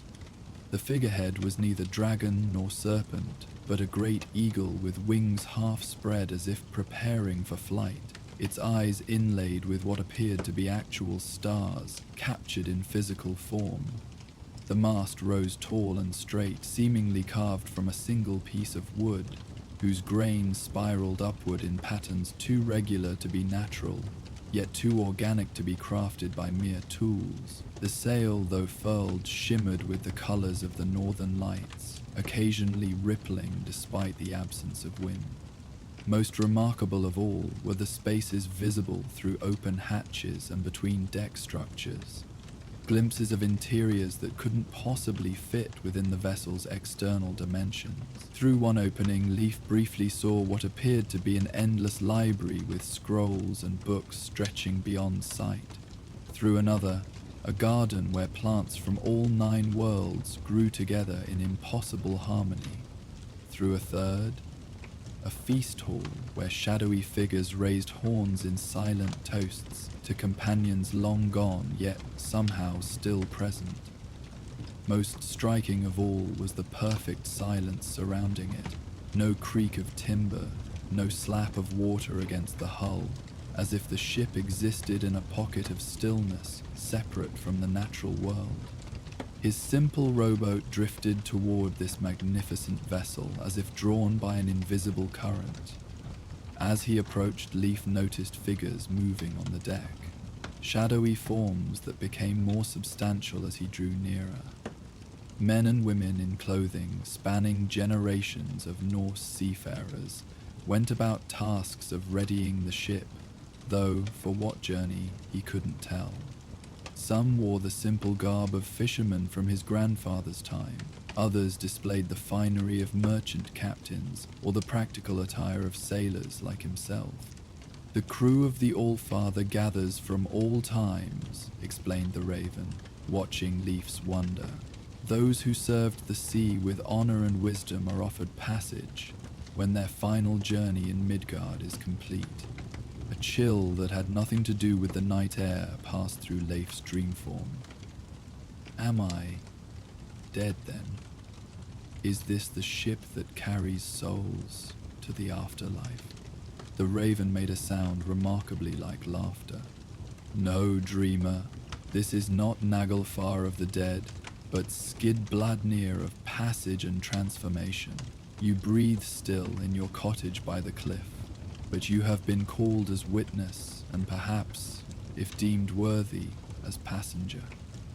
As his boat bumped gently against the larger vessel, one of the figures on deck moved to the rail. Leif's heart constricted painfully as he recognized the weather-bronzed features of his father, Harald, looking exactly as he had the last day Leif saw him alive, setting out on the voyage from which he never returned. "Father," Leif whispered, the word catching in his throat. Harald's stern features softened into a smile. "You've grown old, my son," he said, his voice exactly as Leif remembered from childhood, deep as the ocean and firm as the cliffs.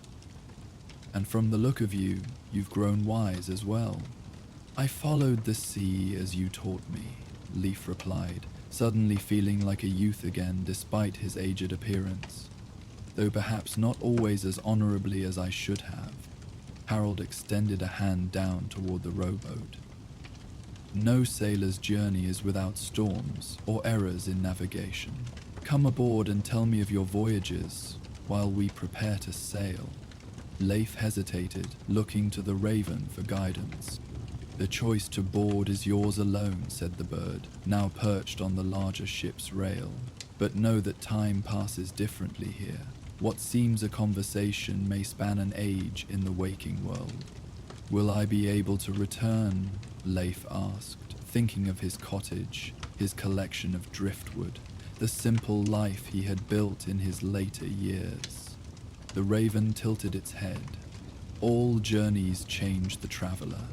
You will not return as you left, if you return at all. Such is the nature of crossing boundaries." Leif gazed at the magnificent vessel, its golden hull gleaming with inner light, its sails rippling with colors not found in mortal realms. Then he looked back toward the misty shore, now barely visible through the thickening fog. What waited for him there? Days of solitude, watching the sea from his cliff, gathering more driftwood pieces to add to a collection that had already told him all it could. His few friends in the nearby village were kind but increasingly distant as age and differing experiences separated them. No family remained to mourn his passing when it eventually came. He had sailed the world's waters, seeking something he could never quite name. Adventure, wisdom, connection, purpose. Always he had moved on, driven by a restlessness he couldn't explain until age finally anchored him to his cliff-top cottage.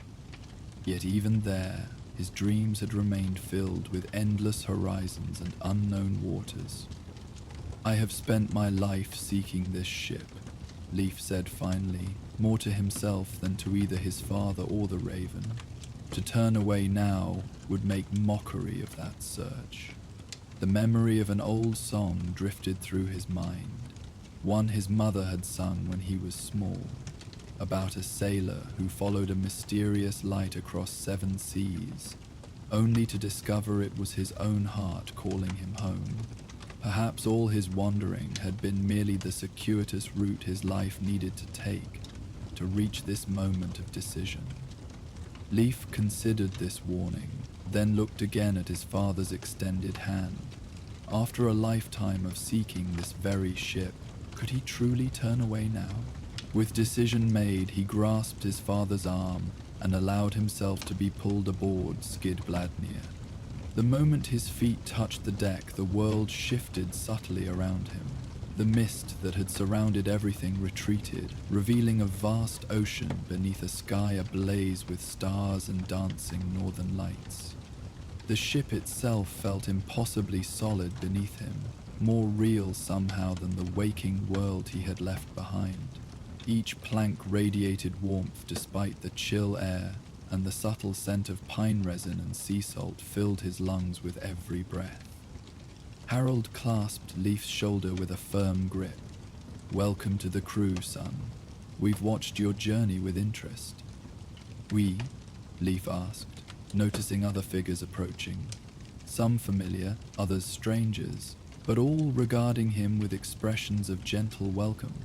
A woman stepped forward, her silver-streaked hair bound in the style of Leif's youth, her blue eyes the same shade as his own. "You sailed well, my son," she said softly, even when the winds blew contrary. "Mother," Leif breathed, recognizing Astrid, who had died when he was barely 17. "I didn't expect. I thought only warriors and sailors would crew such a vessel." Astrid laughed, the sound like wind through summer leaves. "Do you think raising children and maintaining a coastal home while men were at sea required less courage or skill than handling a ship? The All-Father values all forms of strength." More figures emerged from the shadows of the ship. His younger brother Eric, lost to fever before reaching manhood. Old Bjorn, who had taught Leif to read the stars when he was first apprenticed to a trading vessel. Ingrid, the woman he had once almost married before the call of distant horizons proved stronger than his capacity for settling down. Each face triggered memories of connections made, and sometimes broken throughout his long life. "I don't understand," Leif said, turning to his father in confusion. "Why are you all here?" "Why am I here?" Before Harold could answer, a new voice spoke. Not from any visible source, but seeming to emanate from the ship itself, resonant with power and age beyond reckoning. "You sought my vessel since first you heard its name spoken. Now tell me, Leif Haraldsson, what did you hope to find aboard Skidbladnir?" Though no figure appeared to claim the voice, Leif knew instantly who addressed him. He knelt instinctively on the deck, head bowed in respect. "Our father," he acknowledged. "When I was young, I sought glory and treasure, believing the legends that your ship held riches beyond imagining. As I aged, I sought wisdom, having learned that knowledge outlasts gold. Now," he hesitated, searching his heart for the truest answer. "Now I seek only understanding of my own journey, and perhaps peace at its conclusion." A sound like distant thunder rolled across the waves. Odin's laughter, Leif realized with a mixture of awe and trepidation. "Honestly spoken," approved the voice. "Rise and walk the deck of Skidbladnir. What you seek may yet be found, though perhaps not in the form you expect." Leif stood, feeling the curious gaze of the ghostly crew upon him. His father gestured toward the bow of the ship. "Come, there is something you should see." Leif followed Harold past sailors working with practiced efficiency, some acknowledging him with respectful nods, others focused entirely on their tasks. The ship, though not exceptionally large compared to some vessels Leif had captained, seemed to contain impossible space within its boundaries, walkways and compartments appearing where none should fit, yet all feeling harmoniously integrated into the whole. As they approached the bow, Leif noticed a figure standing alone, facing outward toward the endless sea. Unlike the other crew members who appeared as they had in life, This form seemed less substantial, more a suggestion of a person than a fully manifested presence. "Who stands there?" Leif asked his father, softly. Harold's expression grew solemn. "Look more closely, son." Leif stepped forward cautiously. As he drew nearer, the figure became more distinct. A young man with golden hair and beard, dressed in the practical garb of a sailor newly come into his prime. With a shock of recognition, Leif realized he was looking at himself, as he had been in his 25th year, when he had first taken command of his own ship. "How is this possible?" he whispered.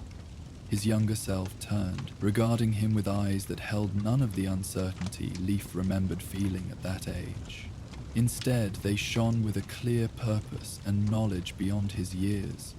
"We are all composed of many selves across our lifetime," said his father from behind him.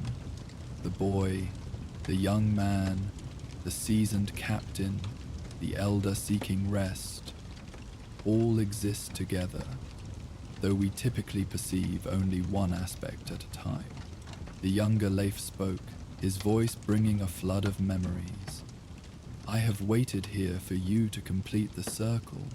Now the journey can truly begin." "What journey?"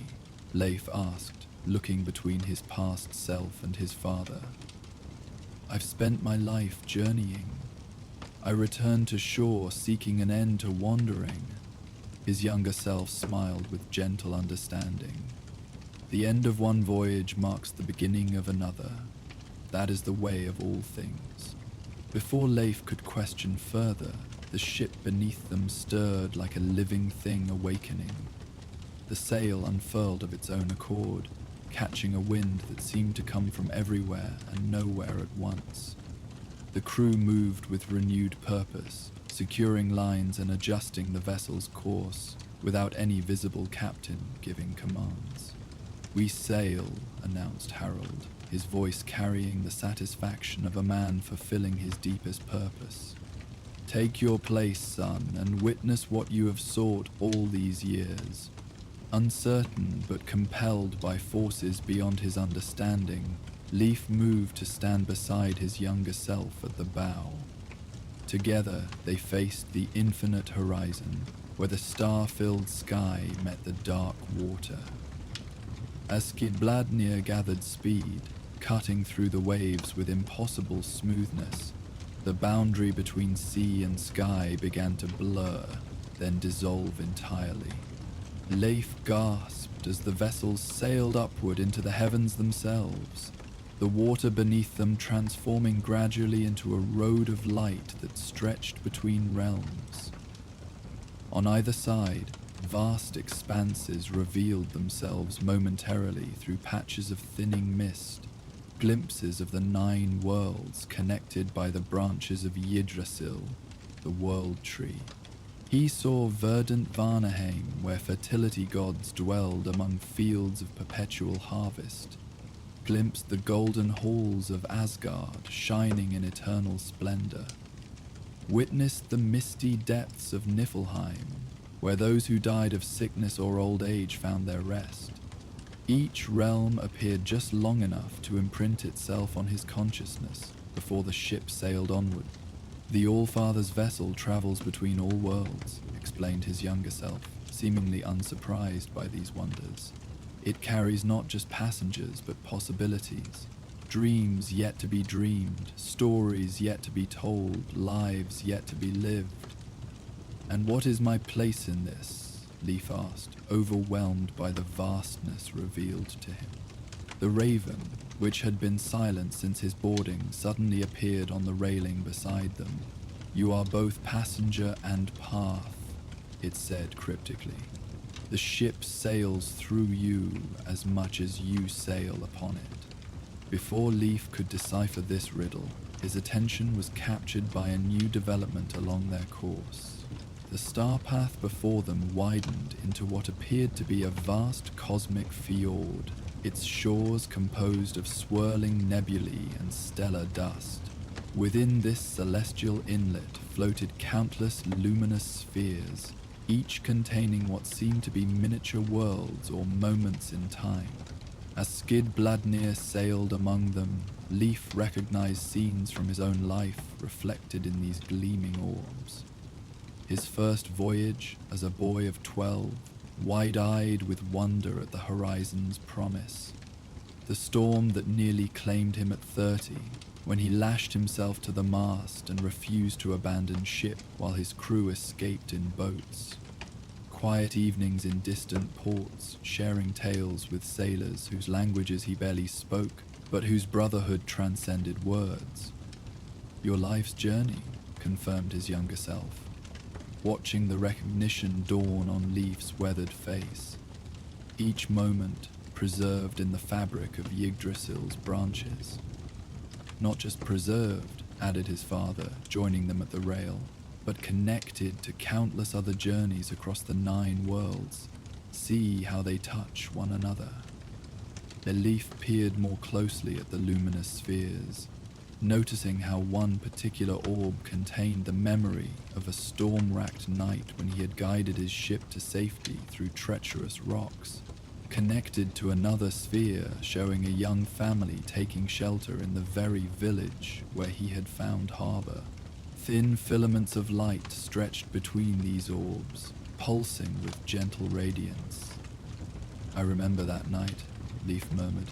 We nearly lost the ship. I chose the narrower channel rather than risk the open sea. And because of that choice, his father explained, your vassal brought needed supplies to a village suffering after a harsh winter.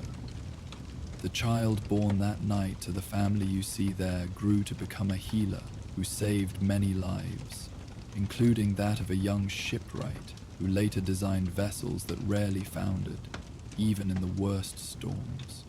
Leif watched in wonder as the connection spread outward from that single decision, branching into hundreds of lives touched indirectly across decades. I never knew, he whispered. I thought it merely one difficult night among many. No action exists in isolation, said his mother's voice from nearby. Each choice ripples outward, touching distant shores in ways no sailor can foresee. Another sphere caught Leif's attention, this one showing a moment he had long tried to forget. In it, his younger self stood on a dock in a foreign port, watching as a woman walked away, her shoulders straight, but her steps hesitant. Ingrid, the woman he might have married, had his heart not feared harbors more than storms. Even our failures and regrets create connections, his younger self said softly, following Leif's gaze, perhaps especially those. Leif watched as filaments stretched from this painful memory toward other spheres.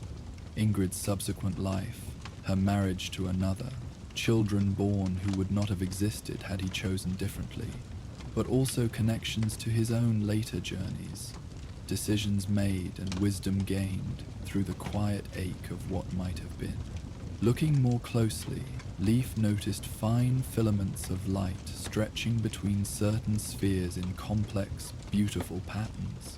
Some connected moments of his own life, choices leading to consequences, kindnesses returning as unexpected blessings years later. Others extended beyond his personal experiences to touch the life spheres of people he had known, or even strangers whose paths had crossed his only briefly or indirectly. All journeys intertwine, said the raven, its voice somehow deeper and more resonant than before. No sailor crosses the sea alone, though he may believe himself solitary. Leif watched in wonder as particularly bright connections formed a web that extended far beyond what he could see, creating patterns too complex for his mind to fully comprehend, yet somehow intuitively understandable to his heart. This is what I sought without knowing it, he murmured, feeling a profound peace settle within him. Not treasure or glory or even wisdom for its own sake, but belonging. Connection to something larger than myself.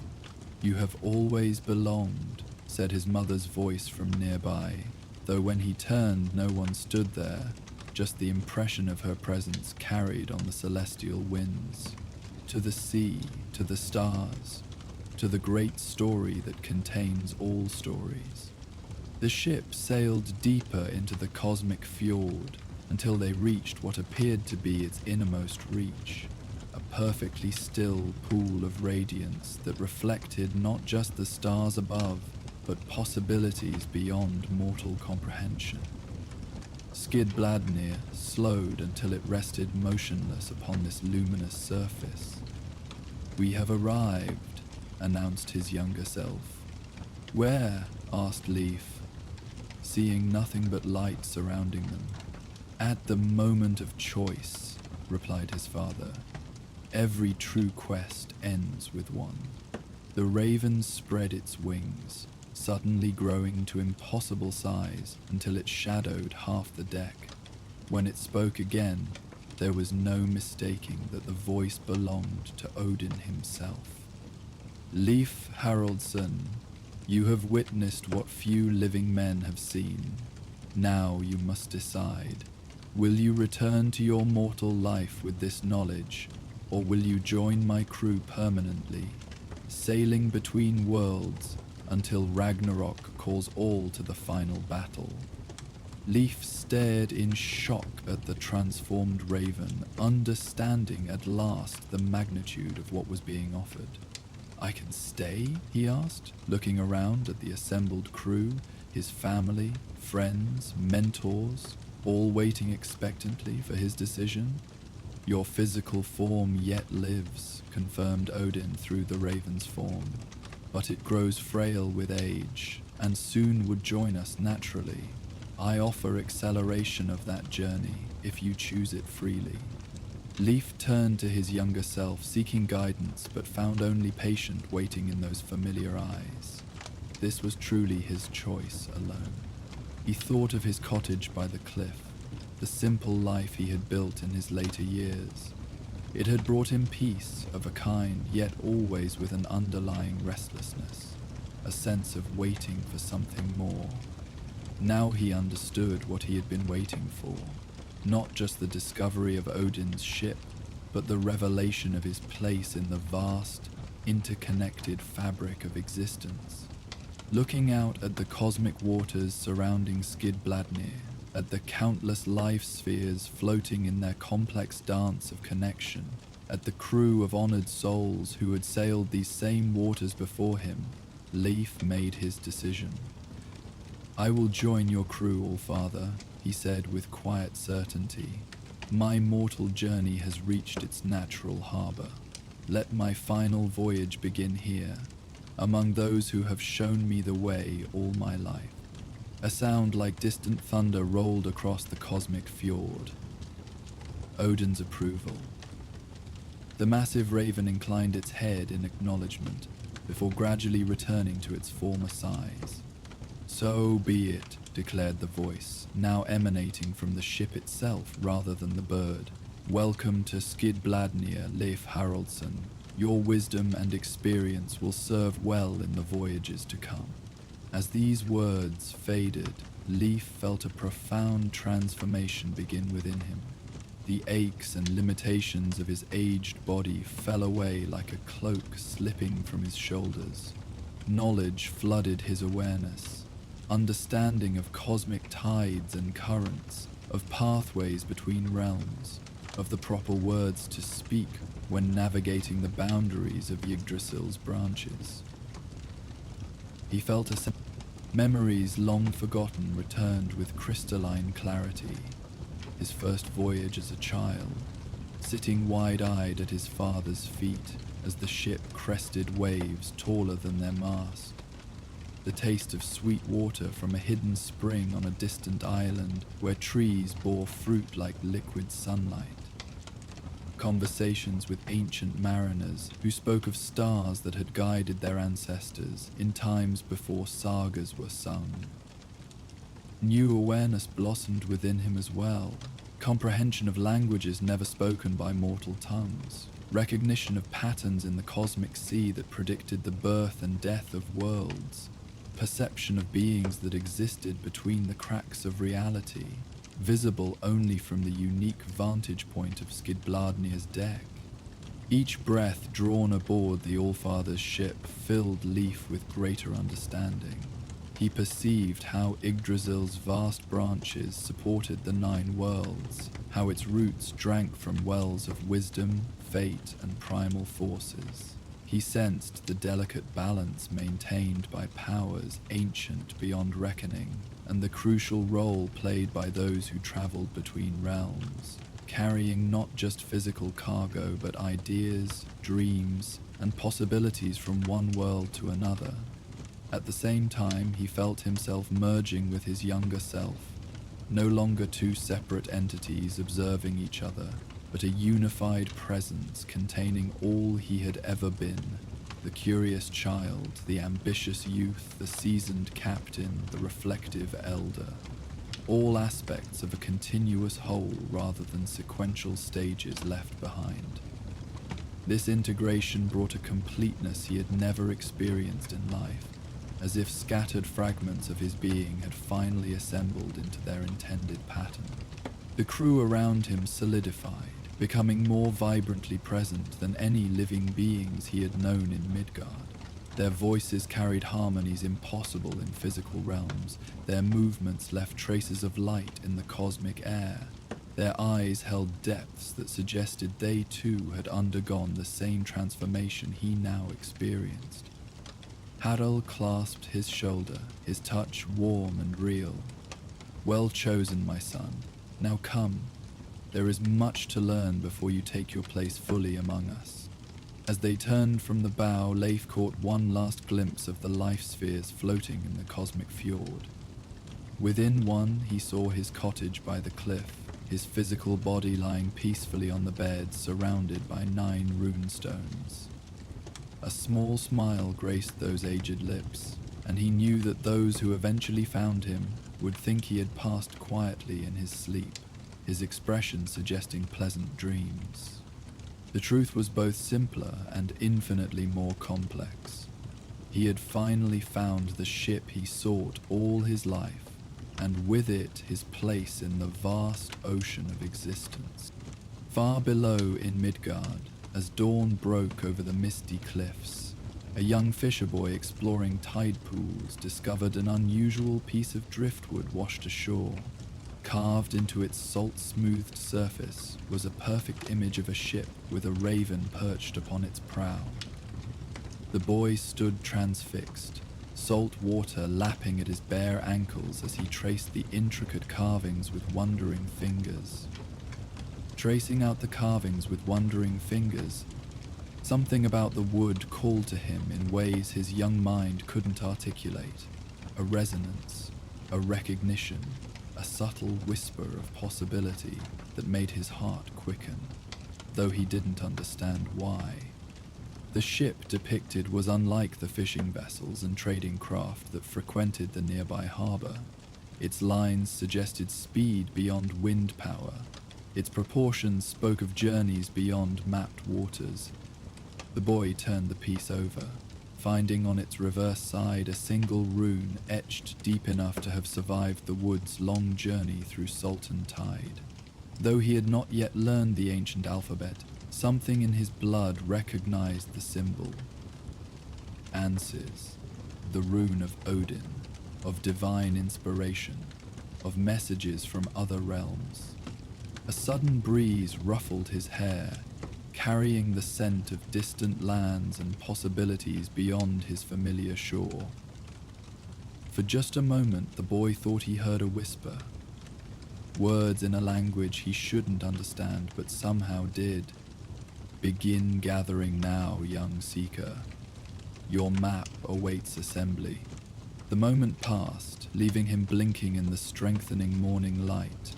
Without fully understanding his actions, the boy carefully wrapped the driftwood in a scrap of cloth from his pocket and placed it in his leather pouch. He would find a special place for it in his small collection of sea treasures. The unusual shell, the strangely shaped stone, the fragment of what might be ancient amber.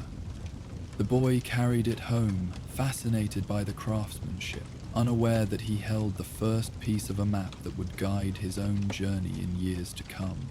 A journey that would eventually lead him to stand upon these same cliffs as an old man, completing a circle begun this very morning with a piece of driftwood sent by a sailor now sailing cosmic seas aboard Skidbladnir.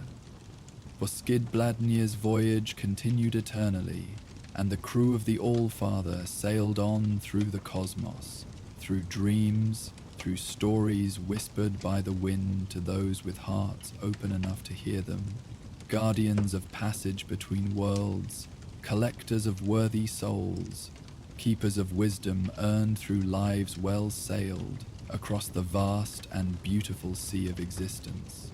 In the endless, star-filled night, Leif took his place at the rail beside his father and mother, his younger self now fully integrated with his elder wisdom. The raven perched nearby, watching with eyes that reflected universes. Before them stretched infinite possibilities, countless realms to explore, and the peace that comes not from the end of journeying, but from understanding at last its true purpose. "Where do we sail next?" Leif asked, his voice now carrying the same timeless quality as the others. Harold smiled, pointing toward a distant nebula glowing with colors no mortal eye could fully perceive. "Wherever the All-Father directs, son. The worlds are vast, and there are always more dreamers seeking paths between them." Leif nodded in understanding and contentment as Skidbladnir's sail filled with cosmic winds. The golden ship moved forward into the infinite night, carrying its crew of honored souls toward horizons beyond mortal imagining. Not an ending, but a continuation. Not a departure, but a homecoming long awaited and finally perfectly achieved. As Leif Haraldsson found his eternal place among the crew of Skidbladnir, sailing the cosmic seas between the branches of Yggdrasil, his story becomes one with the endless tales woven into the fabric of Norse mythology. The All-Father's ship continues its journey through dreams and starlight, collecting worthy souls and carrying ancient wisdom across the 9 realms. But the vast ocean of Norse legends contains many vessels, each with its own purpose and destination. While Odin's golden ship traverses the boundaries between worlds, another tale unfolds beneath the physical waves of Midgard's seas, where Aegir, god of the ocean, prepares to host a feast in his underwater hall. As we leave the misty fjords and cosmic waters where Leif now sails eternally, we descend beneath the surface of the northern seas, where currents carry whispers of a gathering unlike any other. Here, among swaying kelp forests and gleaming coral formations shaped by divine hands, the preparations for Aegir's magnificent feast are about to begin. Join us as we journey from the ethereal dreamscapes of Skidbladnir to the tangible yet magical underwater realm of Aegir's domain in our next tale. The first light of dawn traced silver patterns across the surface of the northern sea, marking the beginning of an unusual day. Njord, lord of winds and shores, stood upon his white sand beach, watching the gentle waves lap at his feet. Unlike most mornings where he would be attending to the prayers of fishermen or guiding ships through treacherous waters, today held a different purpose. In his hands he cradled a gift, a spiral conch shell the size of a shield, its surface iridescent with colors not found in mortal realms, collected from the farthest western shores where the sun sinks into the ocean. "It is time," he murmured to himself, his voice carrying the rhythm of tides. Today was the eve of one of Aegir's legendary feasts, when gods and spirits from across the 9 realms would gather beneath the waves in celebration. And while such gatherings were typically preceded by grand gestures and competitive gift-giving among the Aesir and Vanir, Njord had chosen something different. A gift of peace and tranquility, a conch that captured the serene silence of dawn tides. Njord's beard, white as sea foam and braided with tiny shells and pearls, fluttered in the breeze as he closed his eyes, attuning himself to the vast expanse of water before him. Though master of shores and winds, he was not a deity of the deep oceans. Those belonged to Aegir and his wife Ran. To deliver his gift personally would require passage through their domain, a journey few gods undertook willingly unless invited to the famous feasts. "Father," the voice came from behind him, melodic and flowing. Njord turned to see his daughter Freya standing at the edge of the tree line where his white sand beach met the coastal forest. Golden-haired and clothed in a gown that shifted between green and blue like shallow waters, she approached with curiosity in her eyes. "You intend to travel to Aegir's realm yourself?" she asked, her gaze falling on the conch shell in his hands. Surely a messenger would suffice. Njord shook his head, his expression serene yet determined. Some gifts must be delivered by the giver's own hand. The magic within this shell is bound to me, to my breath, my voice, my intent. Only I can present it properly. He ran weathered fingers across the conch's spiraling surface, and it seemed to hum faintly in response.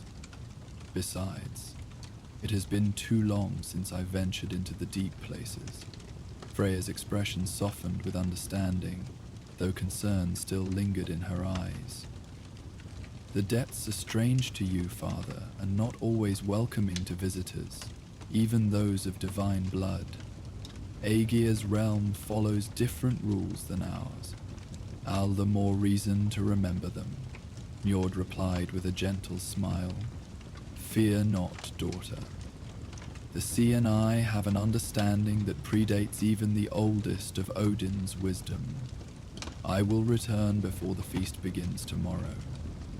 He kissed her brow, then turned back to face the ocean, his form already beginning to shimmer with magic as old as the first tides. Freya watched as her father waded into the shallows, the water seeming to rise eagerly to meet him. With each step, his form became less solid, more like light filtering through clear water, until he slipped beneath the surface with barely a ripple. Only the faintest gleam of the conch shell remained visible for a moment, before that too disappeared into the depths. Beneath the waves, Njord felt the familiar embrace of water against his skin, transformed now through his divine nature to be as breathable as air. His white robes billowed around him as he descended, leaving the sun-dappled shallows behind. Light filtered through the water in shifting beams, growing dimmer as he sank deeper, his descent controlled and unhurried. As the sunlight faded to a distant glow high above, Njord summoned a soft light of his own. The conch shell in his hands gleamed softly, its spiral patterns seeming to absorb and reflect this gentle radiance. He continued downward, following ancient pathways known to few outside Aegir's court, his movements as fluid as the currents that occasionally tugged at his robes and hair. The seafloor, when it finally came into view, was unlike the sandy beaches of his own domain. Here, vast plains of silt stretched in all directions, punctuated by strange formations, coral structures that towered like the pillars of a submerged temple, their surfaces glowing with faint bioluminescence. Fish of weird and wonderful shapes drifted between these pillars, their bodies transparent or adorned with lights of their own. Njord oriented himself, drawing on old memories and the subtle pull of divine intuition. Aegir's hall lay to the east, beyond a forest of kelp that marked the boundary between the open sea and the sea god's personal domain. With smooth, measured strokes, Njord propelled himself forward, moving parallel to the seafloor without touching it, mindful not to disturb the delicate silt that could cloud the water if displaced. As he approached the kelp forest, the water around him seemed to thicken, becoming more resistant to his passage. This was the first sign that he had reached the outer boundaries of Aegir's realm proper, where the natural laws of the ocean began to blend with divine will and intention. Njord paused, floating silently before the undulating green barrier. "I seek passage to Aegir's hall," Njord announced formally, his voice carrying through the water with unusual clarity. "I am Njord of the Vanir, Lord of winds and shores, and I come bearing a gift in friendship." For a long moment there was no response save the continued rhythmic movement of the kelp. Then, gradually, the density of the fronds began to shift, creating a pathway just wide enough for a single traveler. Njord inclined his head in acknowledgement of this permission and entered the forest, the conch shell held carefully before him like a lantern. Inside the kelp forest, sound behaved differently. The constant background murmur of the ocean, the whisper of currents, the distant calls of great sea beasts, the clicking and humming of smaller creatures, all faded to a profound, waiting silence. Each movement of Njord's body through the water seemed amplified, the gentle swish of his robes abnormally distinct against this hushed backdrop. The kelp fronds reached toward him as he passed, not threateningly, but with apparent curiosity, brushing against his arms and face with the lightness of a question. Njord allowed this contact, recognizing it as both test and recognition. These were not ordinary plants, but extensions of Aegir's awareness, sentinels that reported back to their master about those who sought entrance to his domain. As he progressed deeper into the forest, Njord became aware of eyes watching him, some visible as glimmers among the kelp, others felt rather than seen. The denizens of this border realm were assessing him, measuring his intent. His grip on the conch tightened slightly, not from fear, but from awareness that its magic was responding to this scrutiny, the shell warming against his palms. The kelp forest opened suddenly into a clearing of sorts, a perfect circle where no plants grew from the seafloor. At the center of this circle stood a figure who was definitely not Aegir, slender and fluid in form, with skin that shimmered between blue and green and hair that floated around her head like a living crown of silver seaweed. She was unmistakably one of Ran's daughters, one of the 9 wave maidens born to Aegir's wife. "Njord of the Vanir," she greeted him, her voice like water flowing over smooth stones. "I am Beolja, 3rd daughter of Ran. My father sensed your approach." Her eyes, the color of deep ocean trenches, regarded him with ancient intelligence. "It has been many cycles of the moon since you last ventured so deep." "Greetings, bicycle," Njord replied with a respectful inclination of his head. "Your father's awareness does him credit. I come bearing a gift for tomorrow's feast." He held the conch shell forward slightly, allowing her to see but not touch it. Beolja circled him with fluid grace, her movement creating barely a current in the water. "A shell from the western shores," she observed. "But not merely a shell, I think." Her gaze was evaluative but not hostile. "My father expected something grander from the Vanir. Perhaps a chest of enchanted amber or a net woven from moonbeams." Njord smiled, unperturbed by what might have been intended as a slight. "Those who understand true value look beyond mere appearance," he replied, "but I would not presume to explain my gift to any save Aegir himself." A flicker of amusement passed across Beolja's features. "Well answered, Shorelord. Yet the way to my father's hall is not direct, especially for those who visit so rarely. The paths of the deep shift and change with the tides and my father's moods." She gestured to the kelp forests surrounding them, which seemed to rustle despite the absence of current. Each of my sisters guards a section of the way. I am merely the first you must satisfy. And how might I satisfy your guardianship, daughter of Ran? Njord asked, though he suspected he already knew the answer. A truth, Vibhilja replied, confirming his suspicion. The deep places value honesty above all pleasantries. Tell me a truth about yourself that the surface world does not know, and I will guide you to the next segment of your journey. Njord considered this request carefully. The 9 daughters of Ran and Aegir were known for their capricious nature, much like the waves they embodied. A truth given to one might be used by another in unexpected ways, yet refusing the challenge would be seen as disrespectful. Very well, he agreed after a moment. Though I am known as Lord of favorable winds and calm shores, there are days when I envy the storm's freedom, when I wish to unleash gales that would drive ships to shelter and send waves crashing beyond their boundaries. The responsibility of safety sometimes weighs heavily against the desire for wild expression. Björja's eyes widened slightly, suggesting his confession had genuinely surprised her. Interesting, she murmured, the calm harborer of secret tempests. She studied him a moment longer, then nodded. Your truth is accepted, Njord of the Vanir.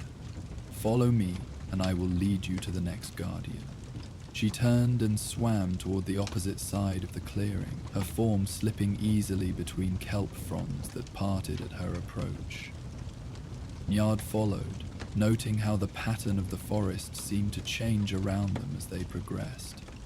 The kelp growing taller and more densely packed, its color deepening from vibrant green to an almost black-blue hue. The depths change those who dwell in them, Bulger commented as they swam. Even gods are not immune to transformation when they venture far from their natural domains. Remember this, Shore Lord. The kelp forest opened into another clearing, this one larger than the first and dominated by a series of stone arches rising from the seafloor. The arches were covered in luminous coral that pulsed with soft light in patterns too regular to be natural. Messages or warnings in a script Njord did not recognize. Floating beneath the central arch was another of Ran's daughters, immediately distinguishable from Bulger despite their sisterly resemblance. Where Bulger had been all fluid grace, this wave maiden held herself with rigid posture, her hair bound in complicated knots that suggested the dangerous complexity of tidal whirlpools. Blodugada greets the shore-bound visitor, she announced, using the formal third-person address that had fallen out of favor in Asgard centuries ago. Her voice carried the hint of breaking waves. Bulgiad has found you worthy to proceed, but my test differs from my sister's. I am honored to meet you, Blodugada, Njord replied, matching her formality. I come in peace and friendship. Peace and friendship are surface concepts that shift like sand, Blodugada responded, swimming a tight circle around him that created a subtle current, tugging at his robes and hair. The deep knows only endurance and change. To pass my guardianship, you must demonstrate understanding of both. She gestured to the stone arches surrounding them. Choose a path forward, Shore Lord. One arch leads toward my father's hall. The others lead to less hospitable regions of the deep. Her smile revealed teeth that seemed too sharp for her otherwise beautiful face. Choose wrongly, and you may still arrive at your destination, eventually, but perhaps not as whole as you began. Njord surveyed the arches, counting 7 in total, each seemingly identical in construction, though the patterns of light playing across their coral coverings differed subtly. This was clearly a test designed to challenge his perception, and perhaps his courage as well. He closed his eyes, extending his awareness beyond physical sight. Though the deep ocean was not his domain, Njord still possessed the innate sensitivity to water that defined his divine nature. He allowed himself to feel the currents flowing through each arch, tasting their direction and intent with senses beyond the ordinary. 6 of the arches emitted currents that felt wrong to his perception, some too warm, others too cold, one vibrating with an energy that spoke of crushing pressure, another carrying the unmistakable scent of predatory. But the 3rd arch from the left generated a current that resonated with something in the conch shell he carried, a harmonious note that suggested rightness. Without opening his eyes, Njord swam toward this arch, stopping just before it. "I choose this path," he stated, finally looking at Blodegarde. The Wave Maiden's expression remained impassive for a long moment, then cracked into a smile of genuine approval. "The Shore Lord has better instincts for the deep than expected," she acknowledged. "Your choice is correct. This arch will carry you to my sister Heminglaeva's domain, where she awaits with her own challenge." She swam to hover beside the arch she had selected. "Enter when ready, but know this. Beyond this point the waters grow stranger still. The laws of surface and shore hold less sway with each league you travel toward my father's hall." Njord inclined his head in acknowledgement of both the warning and the implicit compliment in her surprised approval. "Thank you, Blodegarde. May the tides flow ever in your favor."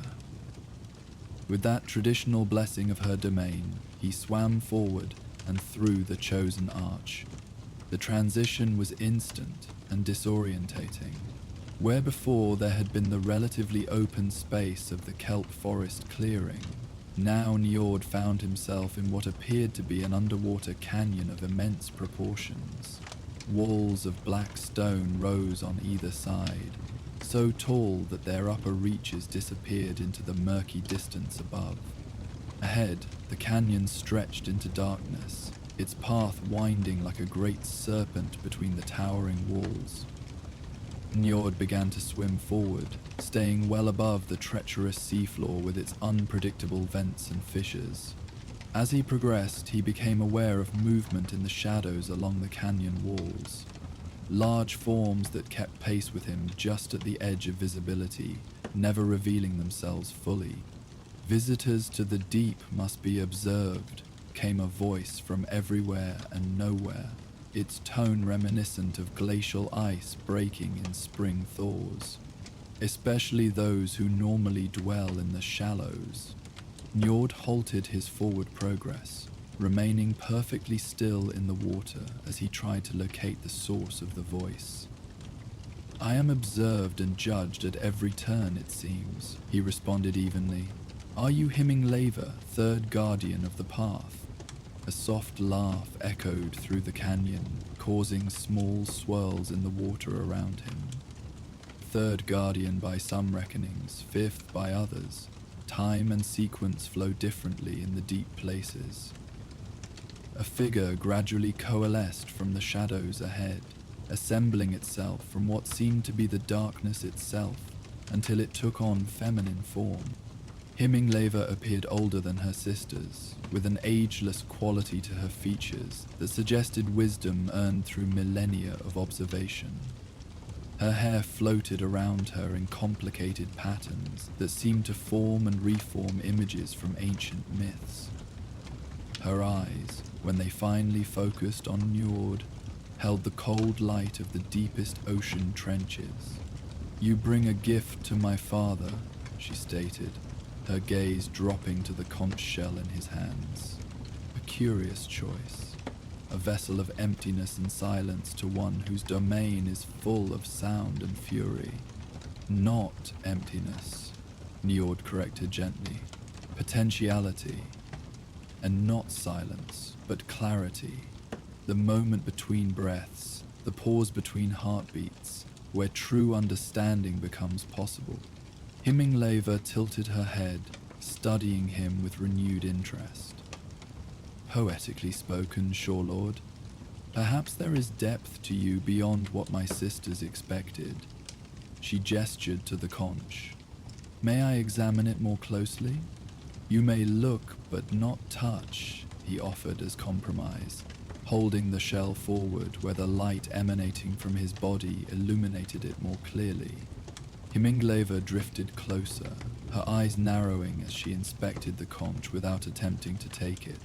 After a long moment, she nodded and withdrew slightly. Interesting.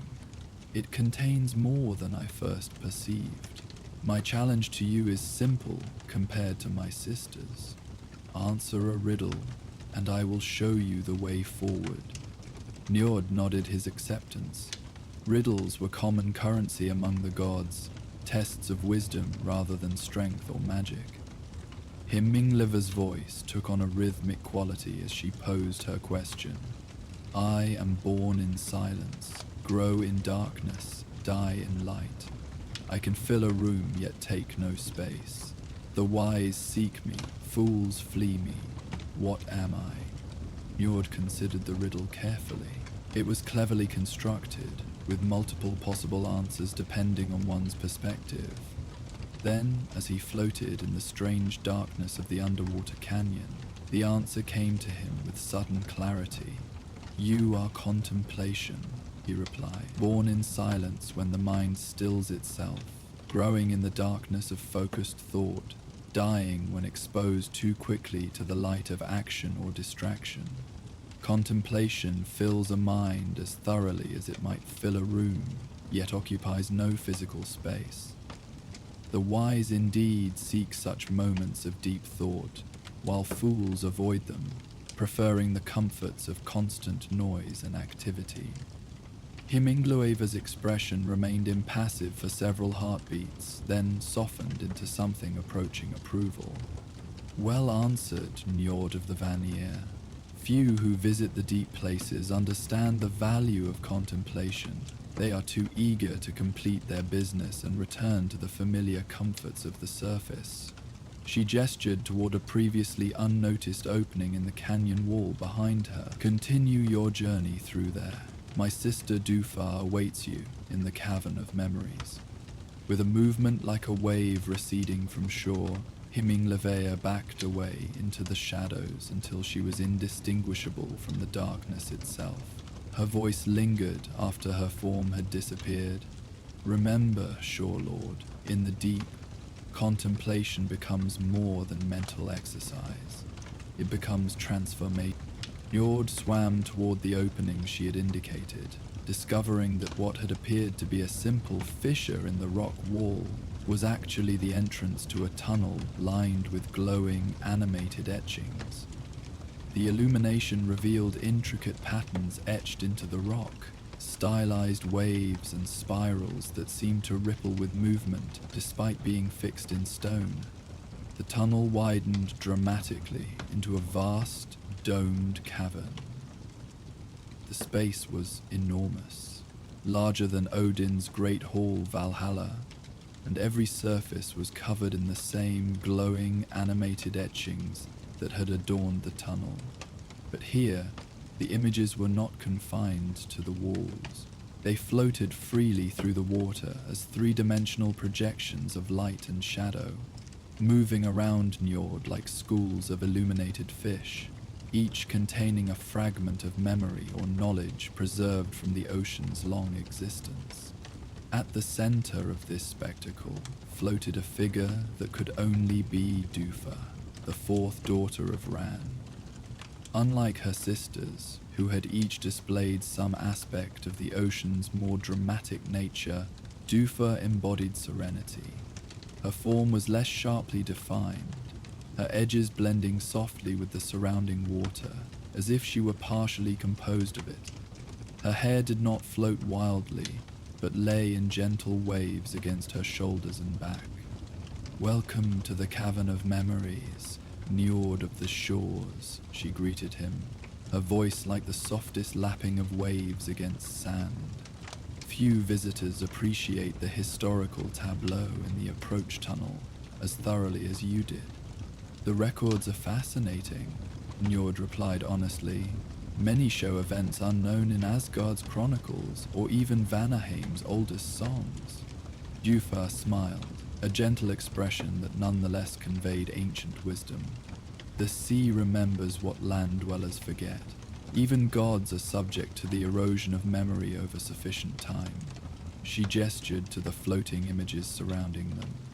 Here, nothing is ever truly lost. Every drop of the ocean contains the memory of all it has been part of, from the first rains that fell upon newly formed earth to the tears of gods and giants shed into its vastness. "It's beautiful," he said simply, watching as an image of ancient sea dragons in courtship dance drifted past. "Beauty and meaning intertwined," Dufar agreed, "which brings me to my challenge for you, Shore Lord.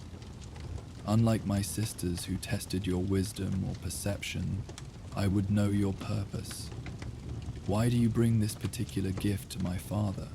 Not the surface answer, the true one that resonates in the depths of your intent." Njord looked down at the conch shell in his hands, considering its nature and his reasons for choosing it. The gods gather frequently in celebration, bringing gifts meant to impress or outshine others. I have participated in this tradition for eons, watching as each feast becomes a subtle battlefield of pride and positioning. He ran a finger along the spiral of the conch. But lately I have found myself yearning for something different, moments of true communion rather than competition. The floating memories around them seemed to slow in their movements, as if the cavern itself were listening to his words. "This shell," Njord continued, "contains the sound of perfect dawn stillness. That moment when night has ended but day has not yet asserted itself, when the tide hangs balanced between ebb and flow. It is a reminder of what exists between actions and words, the space where meaning truly resides." He looked up, meeting Dufar's gaze directly. "I bring it to your father not to impress, but to share a perspective rarely considered at our gatherings, that power can be found in stillness as surely as in storm." For a long moment, Dufar was silent, her form seeming to become even less distinct at its edges as she absorbed his explanation. When she finally responded, her voice carried a note of genuine respect. "Truth from the depths indeed, Shore Lord. Few who visit these halls speak with such honesty about their own kind or their own hearts." She moved in a slow circle around him, trailing fingers through the water that left ripples of phosphorescent light. "You have satisfied my challenge more thoroughly than expected." She gestured toward a particular section of the cavern wall where the glowing etchings formed a distinct archway shape. "The path to my sister Hefring awaits you there. Before you continue, though, I offer a gift in return for your honesty." Dufar extended her hand, palm upward. Floating above it was a tiny pearl unlike any Njord had seen before. Its surface not the usual white or cream, but a shifting opalescence that reminded him of the dawn sky his conch shell had captured in sand. "A memory pearl," she explained. "Touch it to your conch before presenting it to my father, and it will enhance the experience for all who hear its music, allowing them not just to hear the dawn stillness, but to feel it as you do when you stand upon your shores at the day's first light."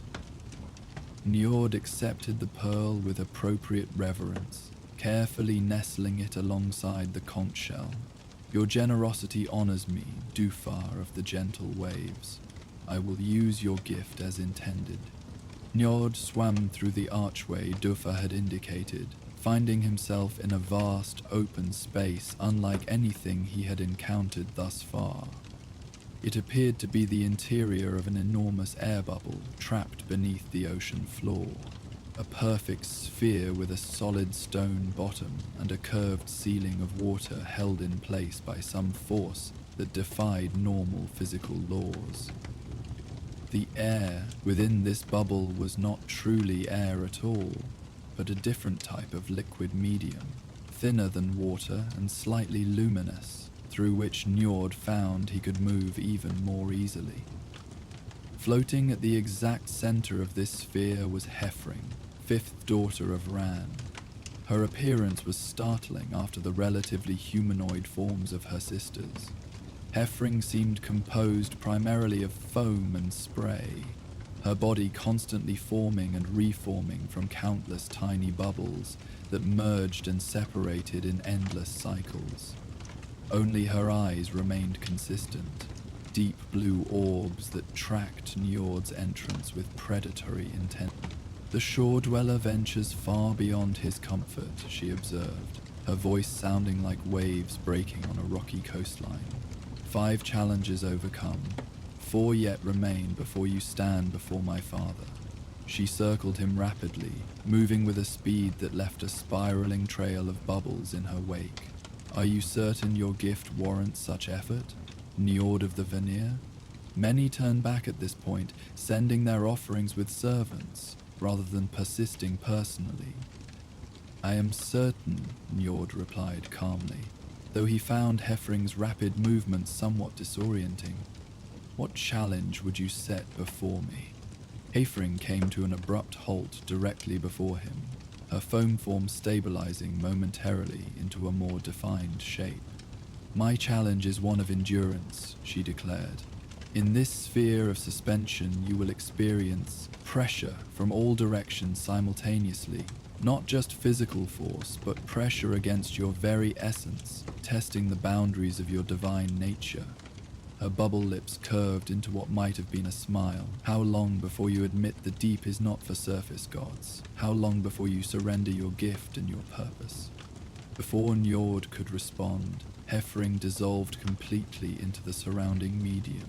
The sphere began to contract around him, the strange, luminous liquid growing denser, heavier, pressing against him from all sides. It was not merely physical pressure, though that was considerable, but a more fundamental compression that seemed to target his divine essence itself, squeezing against the very energy that defined him as Njord. For a moment, pain flared along every boundary of his being, sharp enough to draw an involuntary sound from his lips. The conch shell in his hands grew hot, reacting to his distress. Instinctively, he began to resist, pushing back against the compression with his own divine power, but this only intensified the pressure, as if the sphere were designed to respond proportionally to resistance. Understanding came quickly. This was not a test he could overcome through strength or clever solutions. Hefring had named it accurately, a challenge of endurance, but perhaps not in the way she had implied. The key was not to endure by fighting back, but to endure by accepting. Njord closed his eyes and deliberately relaxed every aspect of his being, physically and spiritually. Instead of resisting the pressure, he allowed it to settle against him, around him, through him. He did not fight to maintain rigid boundaries, but permitted a certain flexing of his essence, bending without breaking, adapting without surrendering. The pressure continued unabated for what might have been moments or hours. Time seemed strangely irrelevant within the sphere. Njord maintained his state of accepting endurance, focusing on the conch shell in his hands and the purpose that had brought him this far.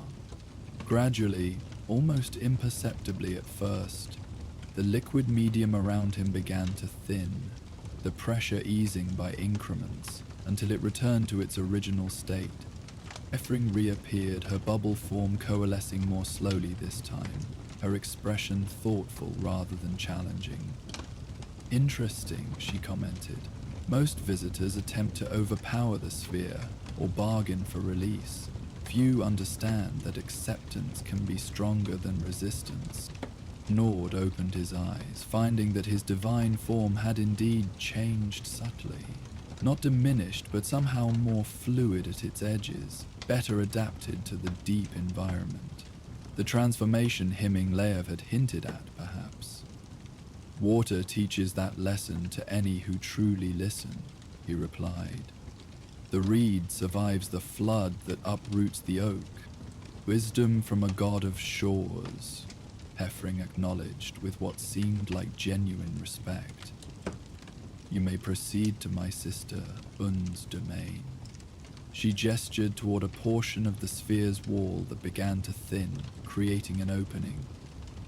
The way grows shorter now, though not necessarily easier. As Njord swam toward the exit, Heffring called after him. Take care with your gift, Shore Lord. Its nature has been altered by your experience here. Whether for better or worse remains to be seen. Njord glanced down at the conch shell and saw that Heffring spoke truth. The shell's iridescence had intensified, and faint patterns now swirled across its surface. Patterns that matched the compression forces he had experienced in the sphere. The memory pearl Dufa had given him had partially merged with the shell's surface, creating a new wall in its spiral structure. The passage beyond Heffring's sphere led him to a natural cavern of enormous proportions. Unlike the Cavern of Memories, this space was dominated by physical structures, towering columns of coral and crystal that rose from floor to ceiling like the pillars of a submerged cathedral. Between these pillars swam countless sea creatures of all sizes and descriptions, from tiny phosphorescent fish to entities so large their full forms disappeared into the shadowy distance. Sitting, not floating, but actually seated, upon a throne-like formation at the cavern's center was Un, sixth daughter of Ran. Her appearance was the most human-like of all her sisters thus far, save for the gills visible along her neck and the webbing between her fingers. Her throne was a giant oyster shell lined with mother of pearl, and arrayed around it were what appeared to be supplicants or courtiers, lesser ocean spirits and possibly minor sea gods from pantheons Njord did not recognize. Approach, Lord of Shores, uncalled, her voice carrying the melodic quality of whale song beneath its human tones. Your persistence impresses even the deep places. She gestured, dismissing her attendants, who swam away with varying degrees of grace and speed. 6 challenges overcome. 3 remaining before you stand in my father's presence. Njord swam forward and offered a formal bow appropriate to her apparent status. I am honored to enter your domain, Lady Un. Your hall is impressive in its grandeur. A smile touched Un's lips. The deep appreciates courtly manners, though we practice them differently than the surface realms. She rose from her throne in a single fluid movement that suggested power held in perfect control. My challenge differs from those of my sisters. I do not require riddles answered, or truths shared, or pressures endured. She circled her throne once, trailing fingers across its pearlescent surface. I require a gift. A gift, Njord repeated, momentarily confused. But I bring a gift already, intended for your father, and it shall reach him if you satisfy all challenges, Un agreed. But to pass through my domain requires tribute specific to me. All who enter must provide something of value. Value measured by what it costs the giver, not merely by what it might be worth to others. Her gaze fell pointedly on the conch shell in his hands. Not that, however. Something personal. Something of yourself. Njord considered Un's request carefully. Gifts that truly cost the giver were rare among the gods, who generally had power enough to create or obtain whatever they desired. What did he possess that represented genuine sacrifice? After a moment's reflection, Njord reached into his robe and withdrew a small object that hung on a cord around his neck, a piece of amber within which was suspended a single drop of water. This I offer, he said, removing the cord. It contains the first teardrop I ever shed, preserved in amber from Vanaheim's oldest tree. I wept it upon witnessing the sea meeting the shore for the first time when I first understood my purpose. He held it out toward Un. It represents the moment of my becoming, not merely a god, but specifically the god I am. There exists nothing else like it in all the 9 realms. Un's expression registered genuine surprise as she accepted the offering. She held it up, studying the preserved teardrop with an intensity that suggested she could see more within it than was visible to ordinary perception. "This is more than I expected," she admitted finally, closing her fingers gently around the amber. "Most visitors offer power or knowledge or magical trinkets easily replaced. You give a moment of your own becoming that can never be duplicated."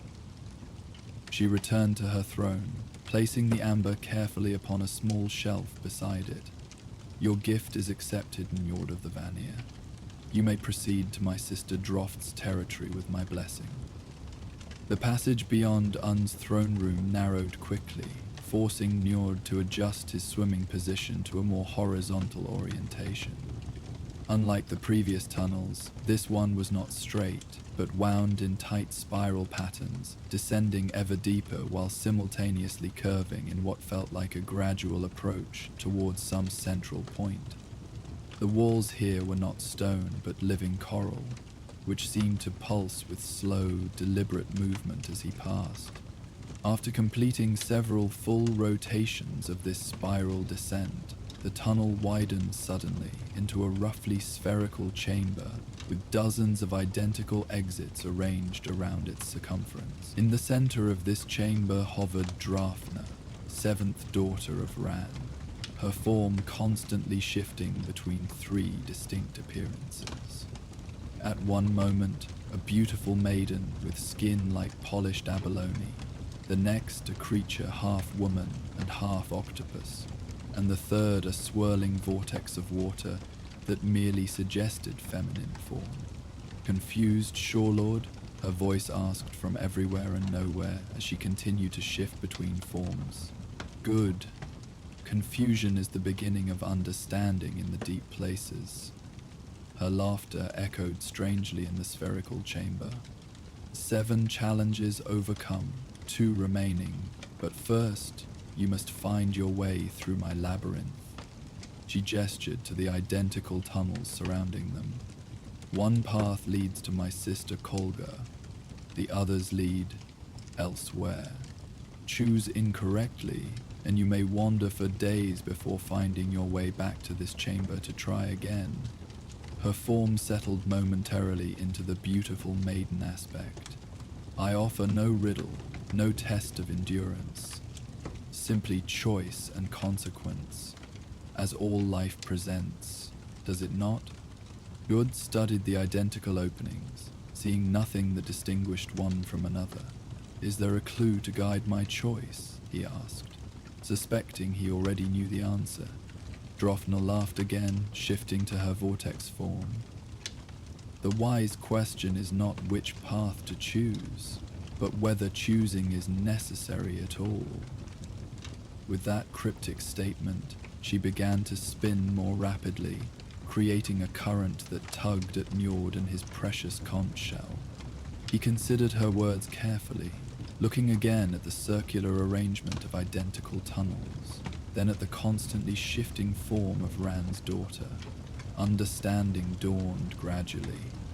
The visual symmetry of the chamber, the 3-formed nature of his host, her words about choice itself. "The paths are illusion," he stated with quiet confidence. "Or rather, they are all the same path, connected through some property of the deep I do not fully comprehend. It matters not which I choose, because all lead to the same destination, merely through different experiences of the journey." Drofton's spinning slowed, and she settled into her half-octopus form, tentacles waving slowly around her humanoid torso. "Perceptive," she acknowledged, "but knowing does not eliminate the necessity of choice. Select your path, Shorelord, with the understanding that while all roads lead eventually to the same destination, the journey shapes the traveler and perhaps the gift he carries." Njord nodded, accepting the wisdom in her words. After a moment's contemplation, He swam deliberately toward the tunnel directly opposite the one through which he had entered the chamber. "I choose balance," he explained. "Equal distance from entry to exit, neither turning aside nor repeating my path." "A shore dweller's logic," Droffen observed, though without mockery. "Go then, with my acknowledgement, if not quite my blessing." Kolga awaits, and after her, Himinglaeva once more. The passage twisted through impossible angles, sometimes appearing to loop back upon itself without actually returning to previous sections. Light and shadow played strangely along the walls, creating illusions of depth where none existed and flatness where sharp corners turned. Throughout this disorienting journey, Njord kept his focus on the conch shell in his hands, using it as both physical and spiritual anchor against the tunnel's attempts to confuse his senses. Just when the distortions threatened to become truly nauseating, the tunnel straightened suddenly and opened into a vast dark space that initially appeared to be open ocean rather than any enclosed chamber. Only after his eyes adjusted did Njord realize he had entered an immense cavern, whose walls were so distant they remained invisible in the gloom. The water here was colder than any he had passed through previously, with a stillness that suggested great depth and isolation from surface currents. Floating in this darkness was a single point of blue-white light, pulsing with slow regularity like a heartbeat. Njord swam toward it, drawn by its solitary presence in the otherwise perfect blackness. As he approached, the light resolved into the figure of Kolga, eighth and penultimate daughter of Ran. Unlike her sisters, who had all displayed some aspect of the ocean's vitality and movement, Kolga embodied its deepest stillness. Her form was translucent as the clearest ice, her movements minimal and precisely controlled. The blue-white light emanated from within her, suggesting the bioluminescence of creatures adapted to the ocean's greatest depths. "You have come far, Njord of the Shores," she greeted him, her voice barely above a whisper yet carrying perfectly through the still water. 8 challenges overcome, 1 remaining. My sisters have tested your wisdom, your honesty, your perception, your endurance, your generosity, and your understanding of illusion. I test something simpler, your ability to listen. She extended one crystalline hand, palm upward. Place your gift upon my palm. I would hear what it contains before you present it to my father. Njord hesitated. The conch was meant for Aegir specifically, its magic attuned to the Sea King's nature. Yet Kolka's request was framed not as claiming the gift for herself, but merely experiencing it first. A reasonable request from the final guardian before Aegir's direct presence. With careful movements, he placed the spiral shell upon her outstretched palm. It contains the sound of perfect dawn stillness, he explained, enhanced now by your sister Dufa's memory pearl, and my experiences through the deep passages. Kolga nodded slowly, curling her fingers around the conch without quite touching it, creating a cradle of ice-like flesh in which it floated. She raised it to her ear with ceremonial deliberation, her eyes closing as she listened to whatever sounds emerged from its spiral depths. For what seemed like an eternity, she remained motionless, listening. Njord waited patiently, knowing that rushing Kolga would be both futile and disrespectful. Finally, her eyes opened, revealing irises like twin abysses that reflected no light from her bioluminescent form. "Listen," she commanded softly, extending the conch back toward him. "Truly listen, with more than ears, alone." Puzzled but obedient, Njord accepted the shell and raised it to his own ear. What he heard shocked him into perfect stillness of his own. The sound was indeed the dawn stillness he had captured but transformed, deepened and expanded by his journey through Aegir's realm. The silence between heartbeats had become a living thing, resonant with possibilities and wisdom gathered from the deep places. Dufa's memory pearl had added texture to the emptiness, creating layers of meaningful absence where before there had been merely peaceful quiet. He could hear not just the pause between tides, but the consciousness behind that pause. The ocean thinking, the deep reflecting upon itself.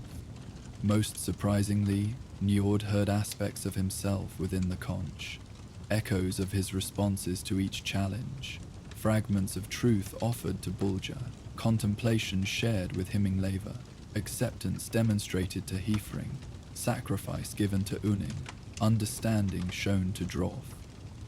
The gift had indeed been transformed by his journey, becoming more personal and more universal simultaneously. When he finally lowered the conch from his ear, Njord found Kolga watching him with an expression that might have been approval. "You truly heard," she observed. "Many listen only to what they expect or wish to hear, missing the deeper harmonies." "The conch has changed," Njord acknowledged, "as have I suspect. All who journey through the deep are transformed by it," Kolga agreed. "Your gift is worthy of my father's hall, Shore Lord. It carries not just what you initially intended, but what you have become during your passage." She gestured to a point in the darkness that suddenly illuminated, revealing a simple archway formed of intertwined strands of luminescent seaweed. "Himmingleva awaits you there, for the final challenge before my father's presence. Go with the deep's acknowledgement." With each guardian overcome, both Njord and his gift changed subtly, adapting to the deep places and their wisdom. Finally, he arrived at the outer boundary of Aegir's hall proper, a structure unlike any in the surface realms. It appeared to be an enormous spiral shell, similar to his gift, but scaled to titanic proportions, large enough to house hundreds of gods and spirits comfortably. Its outer surface gleamed with mother-of-pearl iridescence that shifted colors with each subtle current in the surrounding water. Himmingleva awaited him there once more as both first and final guardian. 9 challenges overcome, she stated as he approached. You stand now at the threshold of my father's hall, bearing a gift transformed by your journey. My final challenge is also the simplest. Explain what you have learned during your passage through the deep places.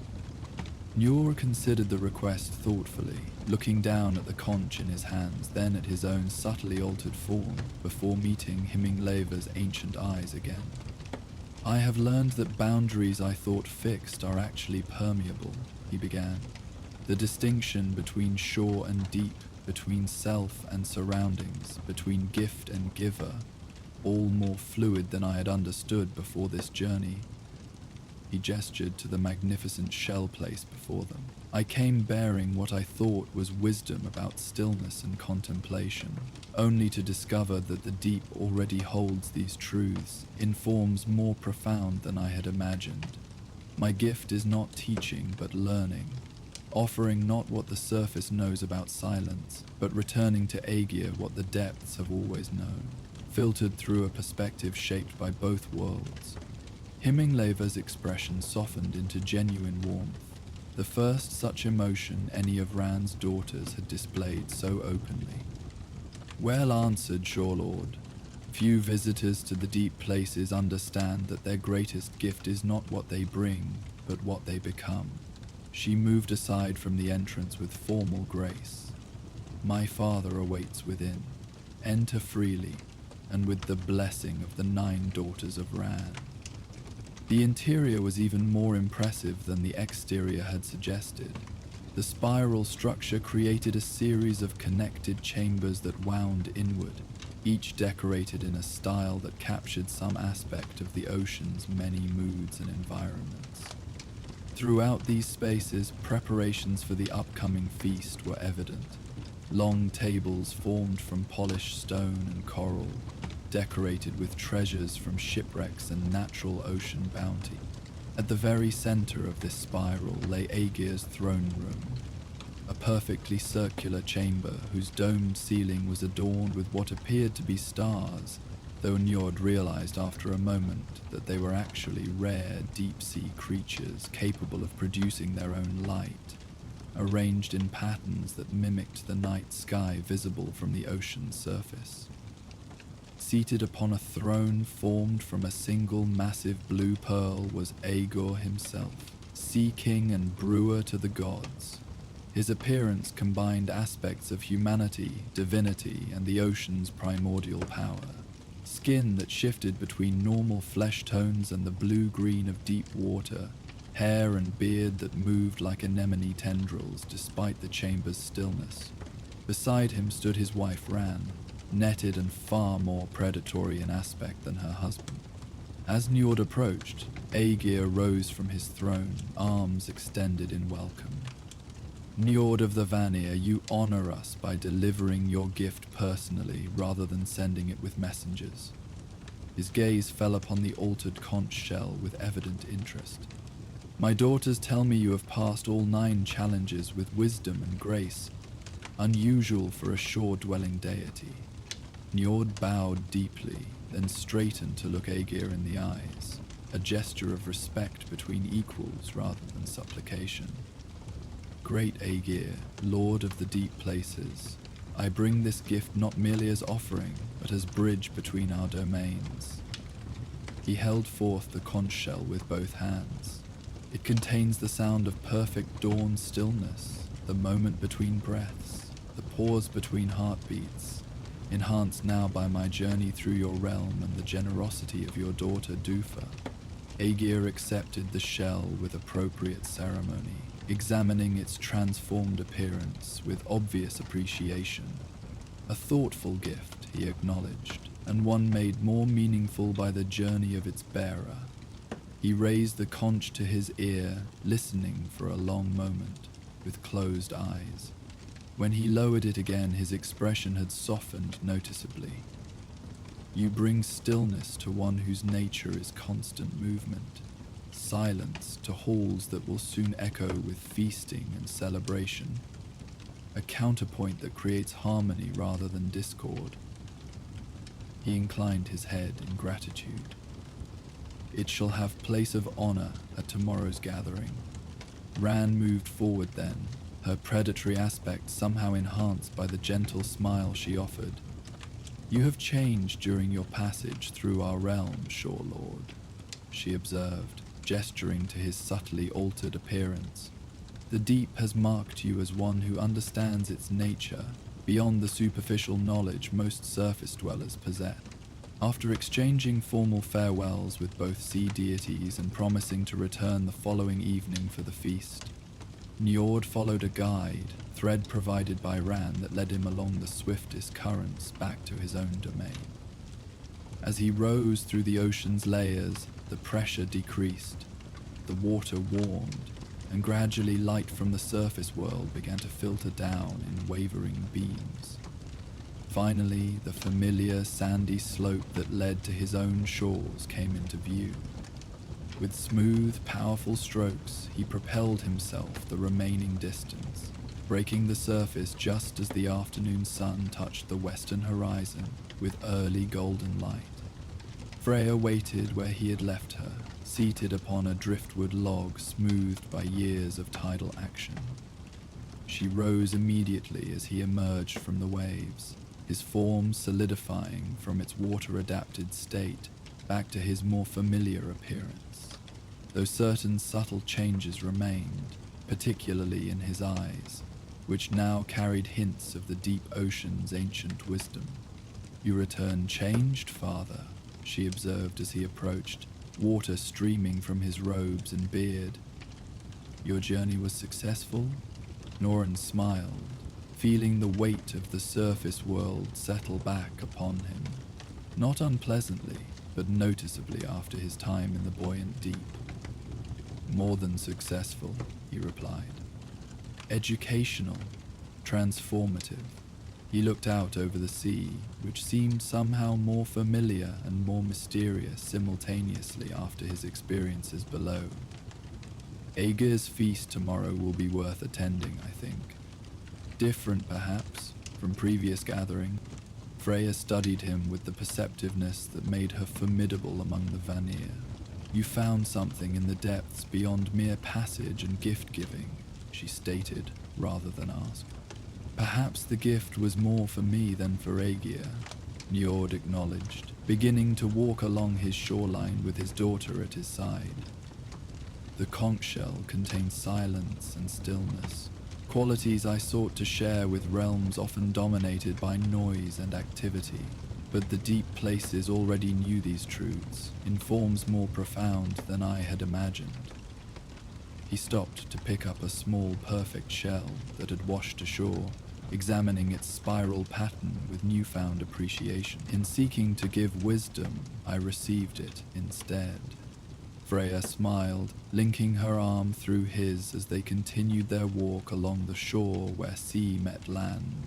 The boundary between realms that was Njord's special domain, now understood not as division, but as connection. The best gifts often work that way, she observed, given and received simultaneously, changing both giver and recipient. As father and daughter walked along the shoreline in the fading afternoon light, the tide began its gentle retreat. Not truly leaving, but merely breathing out, creating space and silence before its inevitable return. Tomorrow would bring Aegir's feast with its gathering of gods and spirits, but tonight, in the calm before that celebration, Njord would sit upon his shores and listen to the silence between waves. A silence that now echoed with depths of meaning he had glimpsed during his journey through Aegir's realm. For gods, like oceans, contained multitudes, surface and depth, movement and stillness, sound and silence, all part of the same essential nature, all worthy of exploration and understanding. This was the true gift Njord had discovered, carried now within himself like a pearl of wisdom formed around the grain of his original intent, transformed by his journey through the deep places of both ocean and self. Thank you for joining us for the calm before Aegir's feast, where we journeyed with Njord through the tranquil depths of the ocean realm. We hope you enjoyed this peaceful exploration of Norse mythology's underwater domain. In our next story, we'll shift from the serene depths of the sea to the dramatic clash of elemental forces on Midgard's surface. Join us as Thor confronts a rogue fire giant from Muspelheim who has created a colossal fiery golem to wreak havoc on Midgard's farmlands. Experience the god of thunder's fierce determination to protect innocent villagers as he engages in an epic battle of lightning versus flame, where the calm before Aegir's feast invited you to float through underwater stillness. The feud of fire and thunder will sweep you into the heroic rescue of mortal lands from destructive elemental forces. We invite you to return for this thrilling tale of Thor's courage and protective might, where the clash of thunder and fire culminates in a spectacular confrontation and the salvation of Midgard's peaceful countryside. The edge of Midgard is not a place most mortals dare to tread. Where the known world gives way to the vast temperamental sea, there exists a boundary between realms. Not quite Asgard, certainly not Jotunheim, but somewhere the gods and spirits pass through like whispers on the wind. It is here, upon the northernmost peninsula of Lindisfjord, that the ancient lighthouse stands sentinel against the gathering darkness, its weathered stone walls defying centuries of relentless gales and salt-laden air. The structure rises from the jagged cliff face like a lone finger pointing accusingly at the sky, its circular form tapering gracefully toward the glass-enclosed chamber at its summit. There, A flame burns with unnatural steadiness, a fire that neither flickers nor dims, regardless of how violently the wind howls around it. The locals in the distant fishing village speak of it in hushed, reverent tones. The everlasting flame, a gift from Njord himself, god of the sea and winds, bestowed in an age when gods still walked freely among mortals. Leif Njordsen tends this flame as his father did before him, and his grandmother before that, a line of keepers stretching back through time like the wake of a ship across dark waters. His is a life of isolation and purpose, his days measured not by the company of fellow humans but by the rhythmic flash of light against encroaching darkness, by the turning of stars overhead, and by the endless dance of sea and sky that plays out before his watchful eyes. This morning, like countless mornings before, Leif awakens before the sun breaches the horizon. His small chamber within the lighthouse is Spartan but comfortable. A narrow bed with wool blankets, a simple wooden table and chair, shelves lined with worn books and nautical charts, and a small hearth where he prepares his meals. The stone walls around him hold the chill of the night, but Leif has long since grown accustomed to the cold's embrace.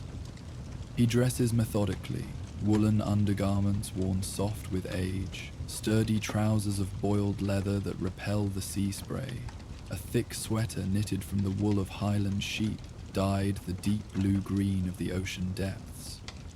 Around his neck hangs an amulet, a simple disc of polished amber with a strange symmetrical pattern visible within its translucent depths. Some say it resembles Yggdrasil, the world tree. Others claim it is Njord's mark. Leif knows only that it has been passed from keeper to keeper since time immemorial, a symbol of their sacred duty. His morning ritual never varies. First, he climbs the spiral staircase to the top of the lighthouse, his footsteps echoing against stone worn smooth by generations of keepers. The flame chamber awaits him, a circular room enclosed by thick panes of glass, meticulously cleaned each day to ensure maximum brilliance. At the center stands the bronze brazier that houses the everlasting flame, its golden blue light casting long shadows across the chamber. Though the flame never dies, it requires tending. Leif approaches with appropriate reverence, removing a small vial of sacred oil from a pouch at his belt. The oil itself is the color of midnight, so dark it seems to absorb light rather than reflect it, harvested from rare deep-sea creatures that surface only during the winter solstice. 3 drops added to the base of the flame cause it to surge momentarily higher, its color shifting through spectrums not normally visible to mortal eyes. For a brief moment, Leif glimpses colors that have no name in any human tongue, hues that exist in the spaces between what the eye can comprehend. Njord's blessing upon the waters, he murmurs, the ritual words as familiar as his own heartbeat. Light to guide the lost, warmth to comfort the weary, beacon to ward the malevolent, as it was, as it is, as it shall be until the coming of Ragnarok. The flame settles, resuming its steady, unearthly brilliance. Leif moves to the glass walls, beginning the daily task of cleaning away salt deposits and gull droppings that accumulate overnight. As he works, he watches the sea. Dark and brooding this morning, its surface rippled with whitecaps that suggest hidden currents beneath. The horizon line blurs where water meets sky, creating the illusion that the lighthouse stands at the very edge of existence, a final outpost before nothingness. There is weather coming, he can feel it in the peculiar ache of his left shoulder, broken decades ago when a sudden squall caught him unaware on the cliff path. The break healed wrong, leaving him with this unwelcome but reliable harbinger of atmospheric change. The clouds gathering to the northwest have an unusual formation, their undersides tinged with a color that reminds him of old bruises, purple-green and vaguely threatening. Leif completes his cleaning without hurry, his movements deliberate and thorough. Time passes differently for lighthouse keepers. Urgency is a concept that belongs to the world of villages and markets, of taverns and meeting halls. Here, on the edge of the world, there is only the rhythm of waves against stone, of light against darkness, of duty fulfilled day after day, without expectation of recognition or reward. With the glass walls gleaming and the flame properly tended, Leif descends to his modest kitchen to prepare a simple breakfast. Fresh bread he baked yesterday, smeared with goat cheese delivered weekly by a village boy too young to fear the witch of the lighthouse, as some call him. Dried fish reconstituted in broth, seasoned with herbs that grow stubbornly in the small sheltered garden he maintains on the lee side of the lighthouse. Strong tea brewed from leaves traded from merchant ships that occasionally shelter in the natural harbour below the cliff. As he eats, a familiar presence announces itself with a sharp tap against the single window of his kitchen. A seabird, unusually large, with feathers the color of steel and eyes that reflect more intelligence than any animal should rightfully possess. Leif has named him Hugin, after one of Odin's ravens, though he knows this creature is not truly the All-Father's messenger. Still, something about the bird suggests a connection to realms beyond mortal understanding. "Good morning, old friend," Leif says, breaking off a portion of bread and placing it on the outer sill. The bird regards him with a tilt of its head before accepting the offering. It has been coming to his window every morning for how long now? 7 years? 8? Time blurs in this place. "Storm coming," Leif continues, as if the bird might understand. "Best find shelter before midday." Hugin makes a sound somewhere between a caw and a chuckle before taking flight, his massive wings creating momentary shadow across the kitchen. Leif watches him go, a speck of darkness against the gradually lightening sky. Sometimes he wonders if the bird is more than it appears, a disguised god, perhaps, or a spirit tasked with observing him. Such thoughts are common when one lives in solitude at the boundary of worlds. After breakfast, Leif attends to his record-keeping, another ritual as old as the lighthouse itself. In a massive leather-bound volume, its pages yellowed with age and sea air, he notes the weather conditions, any ships spotted on the horizon, unusual occurrences in the sea or sky. The previous keeper's entries stretch backward through centuries, some written in languages and scripts Leif can barely decipher, yet he feels a connection to these unknown predecessors each time he adds his own neat runes to the continuing chronicle. Today's entry begins simply. Storm, approaching from the northwest. Unusual cloud formations observed. Sea restless, but navigable. Flame strong and steady after application of 3 drops of winter harvest oil. Hugin appeared at first light. As the morning progresses, the approaching storm reveals more of its character. The clouds continue to mass along the horizon, now taking shapes that stir ancient memories in Leif's mind. Shapes reminiscent of the beasts from old tales his grandmother would tell during the long winter nights of his childhood. There, a formation that resembles Jormungand, the world's serpent, its sinuous body undulating across miles of sky. Beside it, something like the great wolf Fenrir, more open as if to devour the sun itself. And there, could it be the distinctive silhouette of a ship, but not one made by mortal hands? The outline of Naglfar, the vessel made from dead men's nails that would sail at the coming of Ragnarok. Leif shakes his head, dismissing such fancies. Cloud formations often trigger the imagination, especially for one whose mind has been steeped in old legends. Still, he cannot deny that this approaching storm carries an aura of the uncanny. The birds have gone silent. even the ever-present gulls that normally wheel and cry around the lighthouse. The sea itself seems to hold its breath, its surface unnaturally still despite the wind that now begins to tug at Leif's clothing as he stands on the narrow gallery that encircles the flame chamber. Midday brings a brief, uncertain lull, that breathless moment before a storm truly unleashes its fury. Leif uses this time to secure the lighthouse, shuttering the lower windows, checking the stores of food and fresh water, ensuring that additional oil for the everlasting flame is close at hand. Though the flame never falters, tradition demands preparedness. The earliest keepers learned through bitter experience that the boundary between realms can grow thin during great storms, allowing entities from beyond Midgard to test the flame's protective power. As he works, Leif feels a familiar prickling at the base of his skull, the sensation he has come to associate with being observed by eyes not entirely mortal. He turns slowly, scanning the increasingly turbulent waters below the cliff.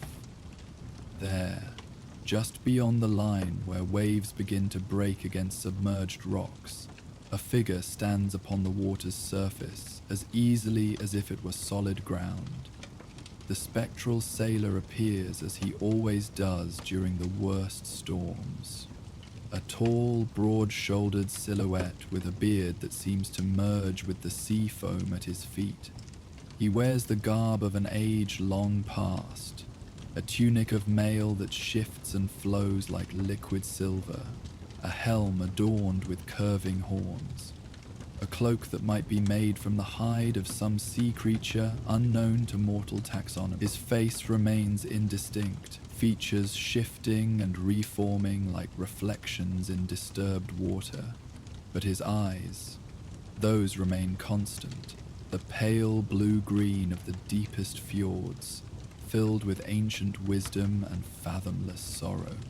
Leif raises his hand in the traditional salute of respect, right fist placed over his heart, then extended outward, palm upward.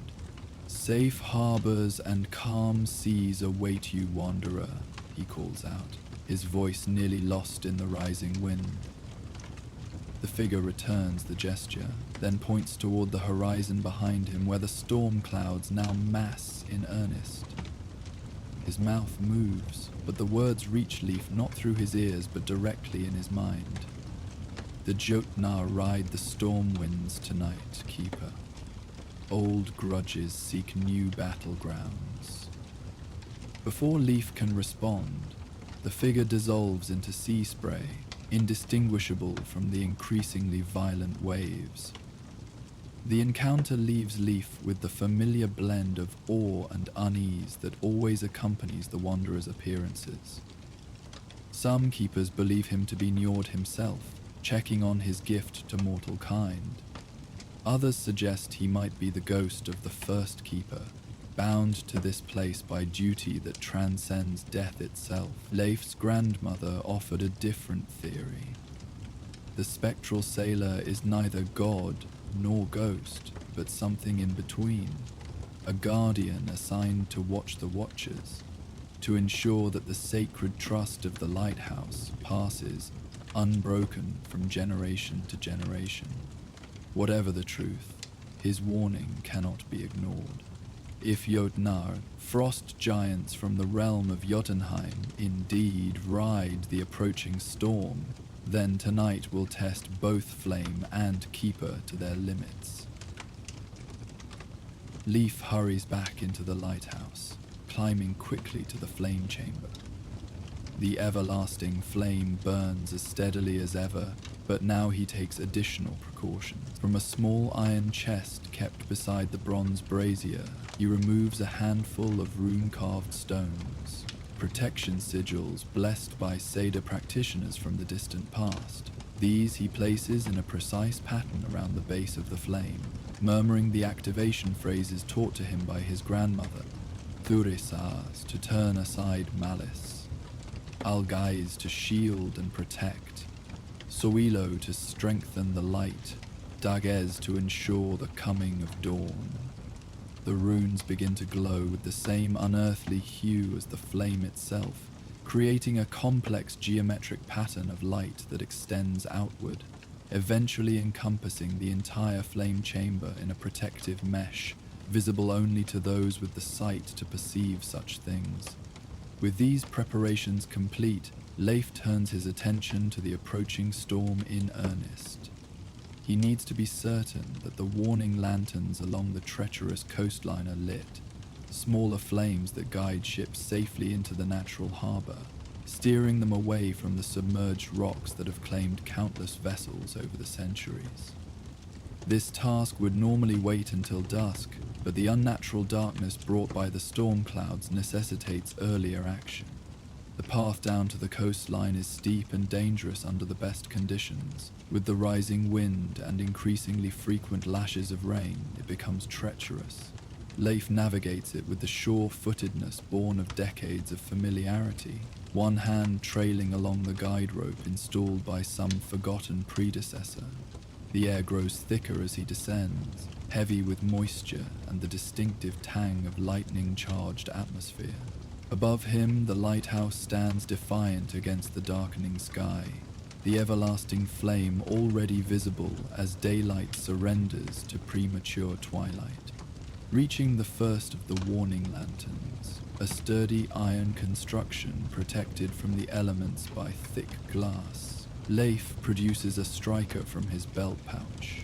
Unlike the miraculous everlasting flame, these mundane lights require conventional fire-starting methods. The lantern wick catches on the third attempt, the small flame dancing wildly until Leif adjusts the protective housing to shield it from the gusting wind. One by one he moves along the coastline, illuminating each warning light until the harbour approach is clearly marked for any vessel desperate or foolish enough to seek shelter in such weather. The final lantern sits atop a natural stone pillar that juts from the water at the harbour's entrance, a particularly hazardous position that requires Leif to time his crossing along a narrow land bridge that submerges during high tide. With the storm rapidly intensifying, seawater already sluices across the rough stone pathway, making each step precarious. Halfway across, a particularly violent gust nearly knocks him sideways into the churning water. Only a lifetime of experience in such conditions allows him to maintain his balance, crouching low until the worst of the gust passes. Reaching the stone pillar, Leif climbs the iron rungs embedded in its side, ascending to the lantern housing at its summit. From this exposed position, he has an unobstructed view of the approaching storm in all its terrifying majesty.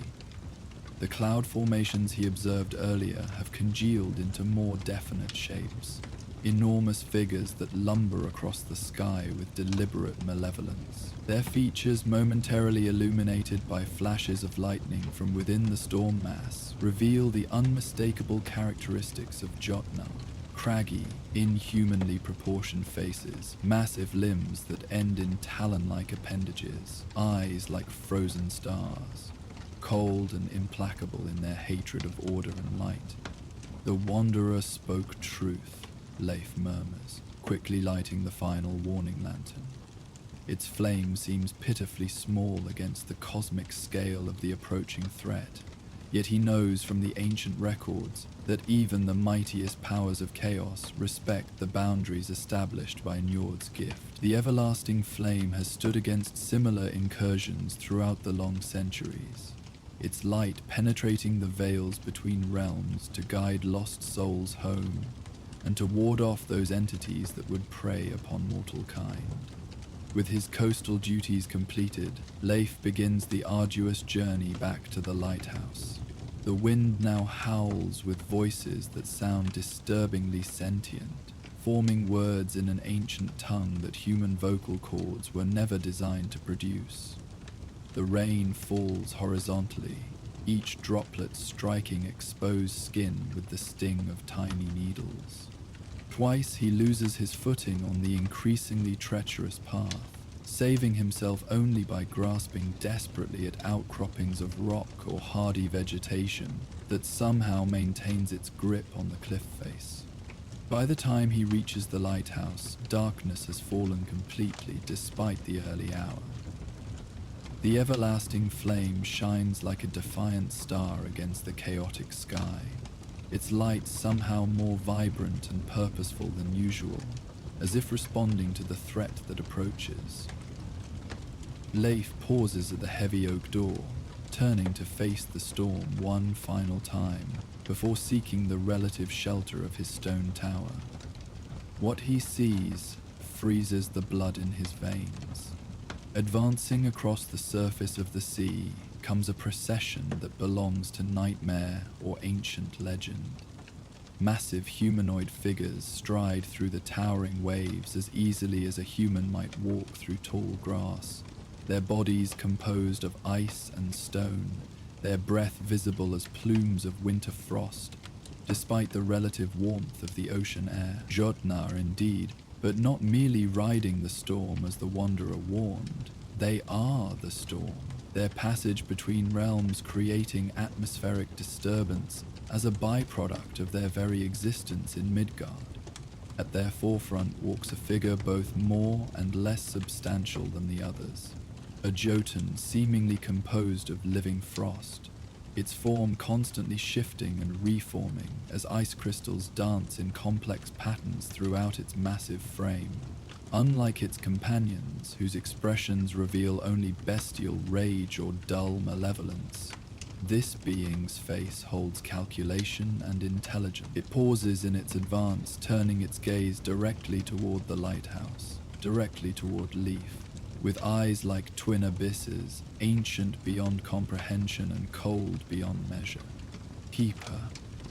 The word forms in Leif's mind rather than his ears, the same method of communication the wanderer used, but where the sailor's mental voice carried reassurance, this intrusion brings only dread.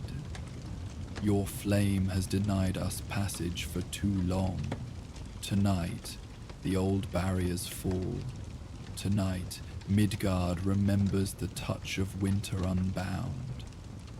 Leif should be terrified beyond rational thought, and part of him is, but generations of keepers have prepared for this moment.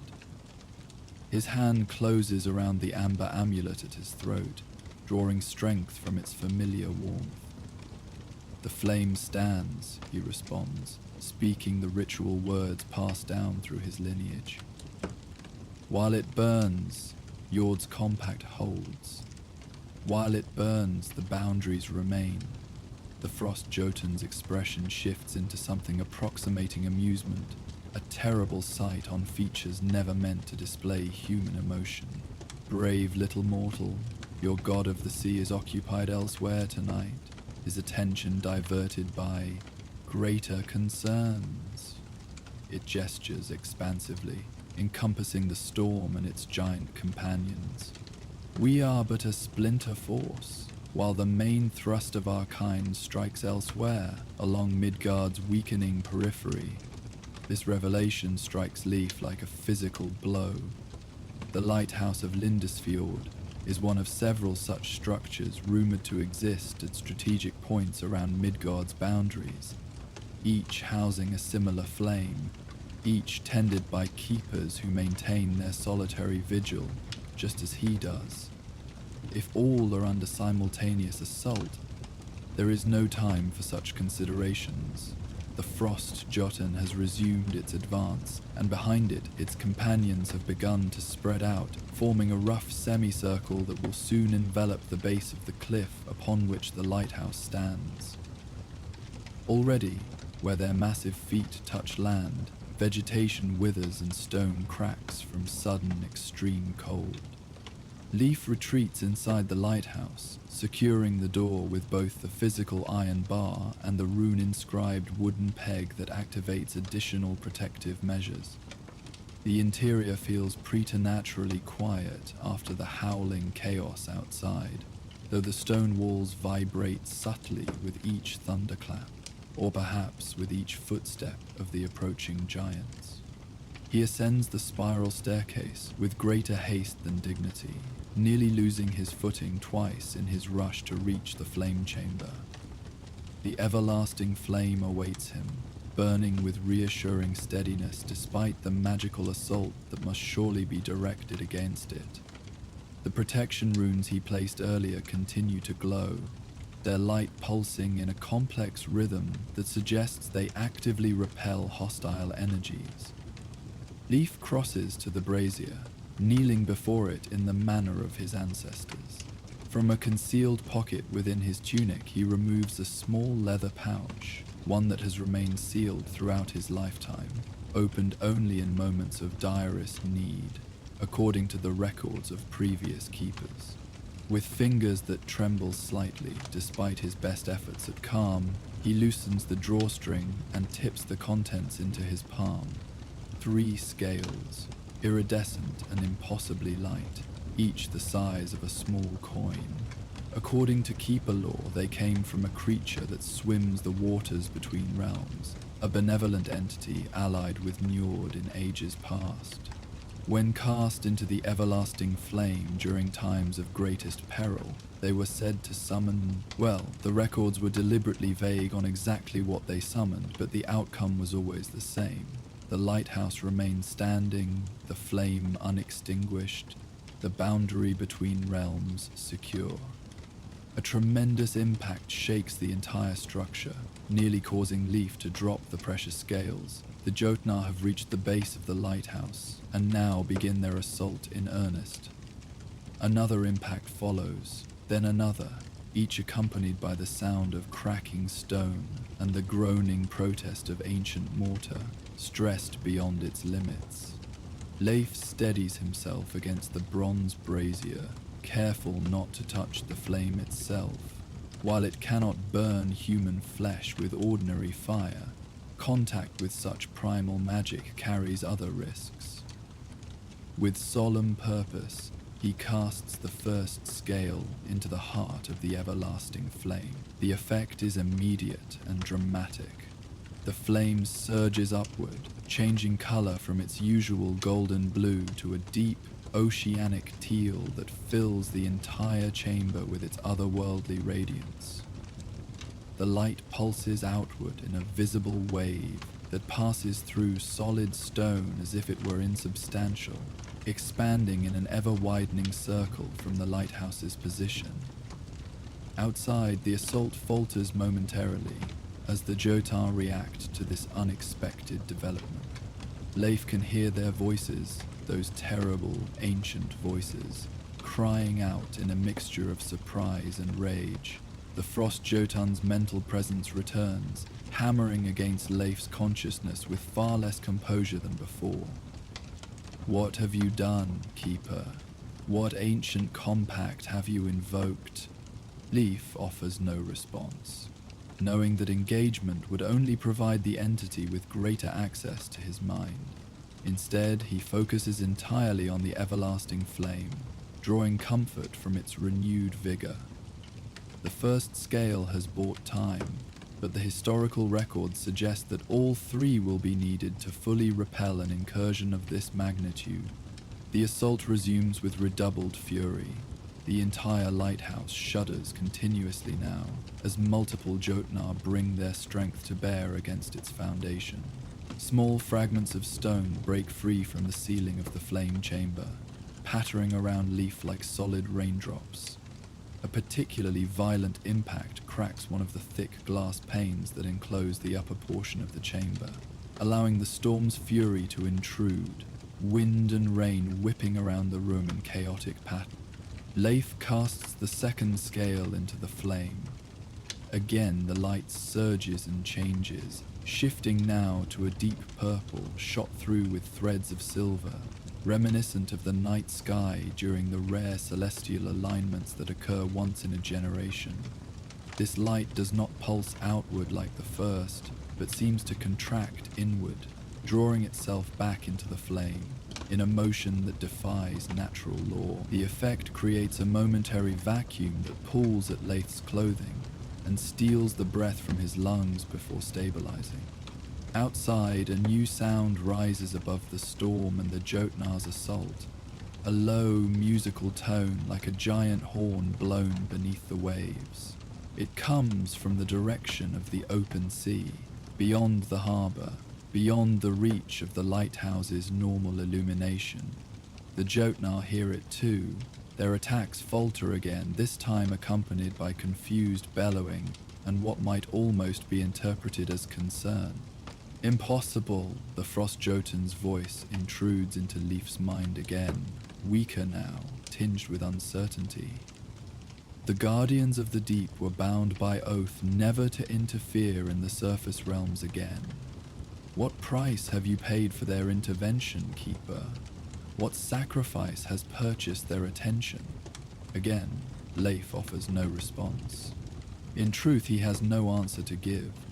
The nature of the scales, the entities they summon, the ancient pacts involved, these are mysteries beyond his knowledge, details lost to time or deliberately obscured by keepers long dead. He knows only what has been passed down through generations. In direst need, cast the scales. When the scales are cast, stand firm by the flame, unwavering in purpose and faith. The horn sounds again, closer now, accompanied by a disturbance in the sea visible even through the damaged window of the flame chamber. Something massive moves beneath the surface, something that displaces enough water to create a visible bulge in the ocean itself. A traveling mound of displaced liquid that advances directly toward the shore, where the Jotnar now stand in visible confusion. Leif reaches for the third and final scale, but hesitates as a new presence makes itself known. This mental touch is neither the adversarial intrusion of the Frost Jotun, nor the cryptic communication of the Wanderer. It carries an impression of vast age and immense patience, of depths beyond human comprehension, and wisdom beyond mortal reckoning. It does not communicate in words, but in concepts that unfold in Leif's mind like complex origami, revealing new understandings with each subtle shift. The core of its message becomes clear. The third scale should be preserved if possible. Its use would indeed drive back the current assault completely, but at a cost. The summoning of entities whose very presence in Midgard might cause greater disruption than the Jotnar themselves. The two scales already cast have activated certain ancient agreements, bringing defenders adequate to the current threat. To use the third would be to escalate beyond necessity. Leif acknowledges this wisdom, returning the final scale to its pouch with careful reverence. As if responding to his decision, the everlasting flame stabilizes into a new configuration, still enhanced by the two scales' influence, but no longer pulsing with potentially catastrophic power. Its light extends outward in a focused beam that passes through the broken window and illuminates the scene below with perfect clarity. The Jotnar have abandoned their assault on the lighthouse and now stand in disarray at the shoreline, weapons of ice and stone raised against the advancing disturbance in the water. The Frost Jotnar gesticulates with elaborate motions that suggest complex spellcasting, ice crystals swirling around its massive form in intricate patterns. From beneath the waves rise figures that defy easy description. Not quite humanoid, not entirely aquatic. Their forms suggest ancestors common to both merfolk and the Aesir themselves. Their skin gleams with the same iridescence as the scales Leif cast into the flame, shifting through impossible colors with each movement. They wield weapons of coral and pearl, impossibly delicate in appearance, yet clearly capable of inflicting grievous damage, even upon Jotun flesh, as evidenced by the wounds already visible on the nearest giants. These must be the guardians of the deep mentioned in the Frost Jotun's desperate mental outcry, entities bound by ancient pact to Njord, and by extension to the protection of the boundaries between realms. Their arrival transforms what had been a one-sided assault into a balanced conflict, the Jotnar's numerical advantage offset by the Guardian's evident magical superiority and intimate connection to the surrounding ocean. The battle that unfolds below the lighthouse transcends mortal combat in both scale and strangeness. The Jotar conjure weapons of primal ice that shatter against shields composed of solidified reef organisms. The Guardians manipulate water itself as a weapon, creating momentary constructs of impossible complexity that strike with fluid precision before dissolving back into the wave. The Frost Jotun leads its companions with tactical acumen that suggests centuries of battlefield experience, while the Guardians move with the synchronized precision of beings who share consciousness at some fundamental level. Throughout this otherworldly conflict, the everlasting flame continues to cast its enhanced light upon the scene, and Leif begins to understand another aspect of the lighthouse's purpose. It is not merely a ward against incursion, not simply a guide for lost souls or wayward vessels. It is a beacon that reveals truth, that dispels illusion and deception, preventing either side from employing the shadowed magics that might otherwise spiral beyond control. In the flame's unflinching illumination, the conflict remains contained, prevents collateral destruction that might devastate the mortal settlements beyond the lighthouse's range.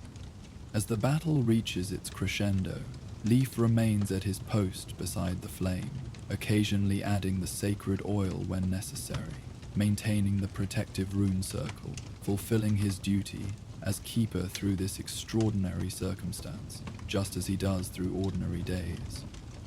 Hours pass in this state of heightened vigilance, though time feels distorted, stretched and compressed by the proximity of beings who experience its passage differently than mortals. Gradually, almost imperceptibly at first, the tide of conflict turns. The Jotnar find themselves increasingly outmaneuvered, their ice magics less effective as the Guardians adapt to their patterns, their physical advantages negated by the Guardians' superior mobility in the coastal environment. The Frost Jotun recognizes defeat before its companions, its calculating intelligence evident in its decision to retreat, while organized withdrawal remains possible. This victory is temporary, Keeper. Its mental voice reaches Leif one final time, distance already weakening the projection. The boundaries thin across all Midgard. Your flame, all the flames, cannot burn forever. Then it is gone, leading its surviving companions back across the turbulent water, their massive forms gradually dissolving into the storm clouds from which they emerged. The Guardians do not pursue beyond a certain point, respecting some invisible boundary known only to them. Instead, they gather at the harbor entrance, their iridescent forms creating a display of light and color that rivals the everlasting flame itself in beauty. One among them, distinguished by elaborate patterns that spiral across its otherwise humanoid torso, separates from the group and approaches the lighthouse directly. It pauses at the base of the cliff, looking upward to where Leif stands watching from the flame chamber. A gesture of acknowledgement passes between them, Keeper and Guardian, each recognizing the other's role in maintaining the balance between realms. No words are exchanged, yet Leif understands that a promise has been made. The Guardians will strengthen their patrols along this section of boundary, their vigilance increased in response to the growing threats from beyond Midgard.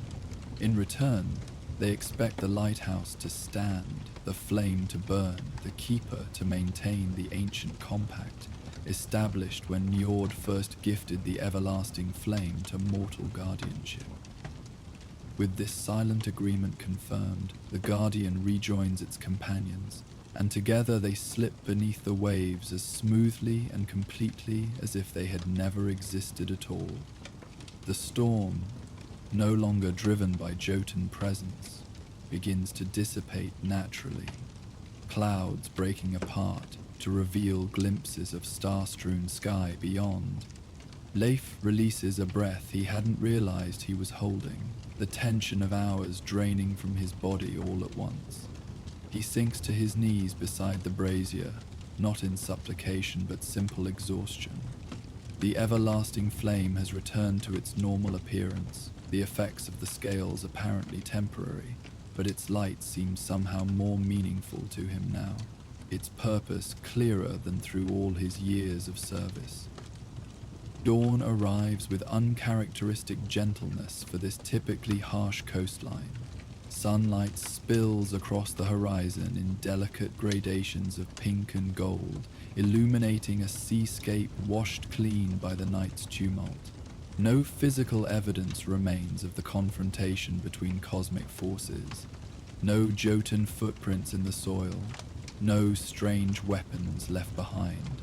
No bodies of fallen combatants from either side. Only the lighthouse itself bears witness to what transpired, with its cracked foundation stones and the broken window in the flame chamber. Leif begins the work of repairs immediately after performing his morning ritual with the flame. Such maintenance is part of a keeper's duty, tasks passed down through generations alongside the more mystical responsibilities. He knows precisely how to mix the mortar that will bind the foundation stones once more, how to measure and cut replacement glass for the damaged window, how to reseal the protective runes where storm damage has weakened their efficacy. This practical work occupies his hands, while his mind processes the events of the previous night, integrating this new experience into his understanding of his role as keeper. By midday, the most critical repairs are complete, and Leif allows himself a moment of rest on the small shelf of rock that extends from the lighthouse's base on its seaward side. From here, he can observe the now placid ocean stretching to the horizon, its surface occasionally broken by the passage of ordinary seabirds or the leap of mundane fish. No sign remains of either Jotnar or Guardians, of ancient conflicts or primordial powers. A familiar shape appears in the sky above, Hugin, the seabird, returning after wisely absenting himself during the night's dangers. He lands on a nearby outcropping, regarding Leif with those unnaturally intelligent eyes, before preening his storm-ruffled feathers with elaborate unconcern. "You missed quite the spectacle, old friend," Leif comments conversationally, "though perhaps you observed from a safer distance, wiser than I if so." The bird makes that sound again, half call, half chuckle, and hops closer, head tilted inquisitively. For a wild moment, Leif considers the possibility that this creature might actually respond with human speech, that after all these years of one-sided conversations, the previous night's thinning of boundaries might have changed the rules of what is possible. But Hugin remains stubbornly avian, for all his unusual characteristics, and Leif finds himself oddly comforted by this small piece of normality reasserting itself. As afternoon transitions toward evening, Leif returns to his regular duties with renewed purpose. He charts the passing of 2 merchant vessels on the horizon, noting their description and direction in the great record book. He prepares a simple meal, savoring the routine task after hours of cosmic significance. He cleans and refills the oil reservoirs for the coastal warning lanterns, though he does not light them yet in the clear weather. When dusk finally arrives, Leif climbs once more to the flame chamber for the evening ritual. The everlasting flame requires no lighting, no protection from the encroaching darkness. But tradition dictates acknowledgement of the transition from day to night. He stands before the brazier, amulet in hand, and speaks the words his grandmother taught him, words that keepers have spoken since time immemorial. Between day and night, between light and darkness, between known and unknown, the flame stands as boundary and guide. May all souls seeking safe harbor find their way by its light. May all entities of malice be turned aside by its power. In Njord's name and by the compact of the ancient days, let the flame burn eternal. As the final syllable leaves his lips, Leif becomes aware of a presence behind him. Not the intrusive mental touch of the Frostjotun or the oceanic vastness of the Guardians, but a physical presence in the chamber itself. He turns slowly, prepared for almost anything after the events of the previous night. The Wanderer stands beside the broken window, still under repair, his form more substantial than during his appearance before the storm. In the flame's steady light, details previously obscured become visible. The intricate knotwork patterns engraved on his mail, the weather-lined features of a face that has witnessed centuries of storms, the slight curve of what might be either smile or grimace partially hidden in his sea-foam beard. The lighthouse stands, the Wanderer observes, his voice audible now rather than projected directly into Leif's mind.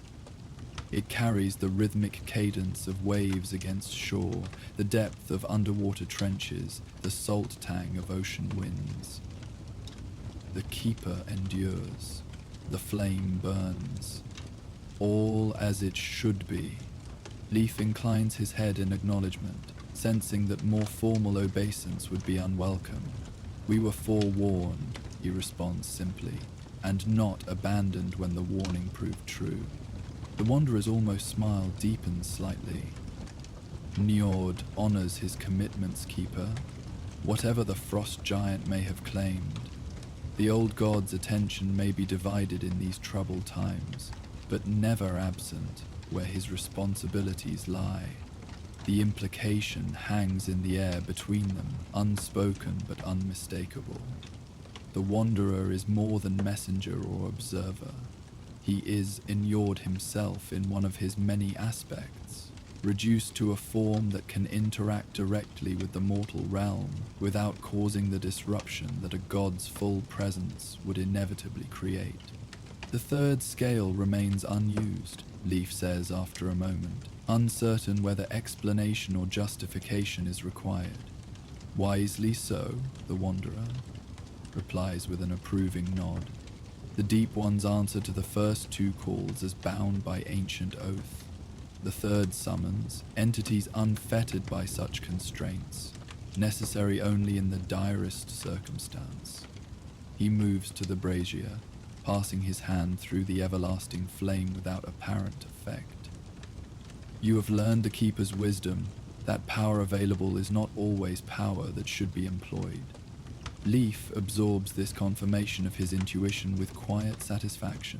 The Frost Jotun spoke of boundaries thinning across all Midgard, he ventures after a moment, of other lighthouses facing similar assaults. Truth spoken from malicious intent remains truth. Njord acknowledges, his expression darkening like a sudden squall across calm waters. The cycle turns, Keeper. The time between Ragnarok spirals toward its nadir once more. The old enemies grow bold, testing defenses, seeking weakness. He turns his gaze directly upon Leif, those fieldy days reflecting the everlasting flame's light. But they've found none here. Remember that in the darker days to come. Before Leif can respond, can ask any of the 1,000 questions that arise from these cryptic statements, the god aspect gestures toward the horizon where the first stars now appear in the darkening sky. Your counterparts at the other anchor points held firm as well, each in their own manner. The lighthouses stand, the flames burn, the boundaries hold. His form begins to lose definition around the edges, merging once more with the sea air that enters through the broken window. For now, that is victory enough. Then he is gone, not with dramatic fanfare, but with the simple inevitability of tide retreating from shore, leaving Leif alone with the everlasting flame. and the weight of responsibility both lightened and deepened by this direct divine acknowledgement. Night settles fully over Lindisfjord, stars emerging in their thousands across the clear sky, their reflections creating mirror images in the unusually calm sea below. From the flame chamber, Leif watches this celestial display with renewed appreciation for his solitary role. Though separate from the communities of fellow humans, he stands as part of something vaster, a lineage of keepers stretching backward through time and forward into unknown futures, each maintaining their lonely vigil against cosmic darkness. He adds a final entry to the record book before seeking his bed. Storm past, flame steady, repairs underway, the lighthouse stands. Simple words that carry the weight of continuity, of duty fulfilled, of boundaries maintained between what is and what should not be. As sleep claims him, Leif Njordson, keeper of the lighthouse at the edge of Midgard, rests in the knowledge that while the everlasting flame burns, his watch continues. While his watch continues, the flame burns, an unbroken circle of light and purpose that stretches from the ancient days when gods walked freely among mortals to whatever future awaits beyond the horizon of his understanding. The lighthouse stands, the keeper endures, the flame burns eternal. Our Viking tale has now concluded. You will now hear the peaceful sounds of a crackling fire and gentle ambient noises that will continue throughout the night without any interruptions, helping you drift into a deep and restful sleep. May the stars of the northern sky watch over you, and may you find peaceful rest until the morning light. Sleep well, and good night.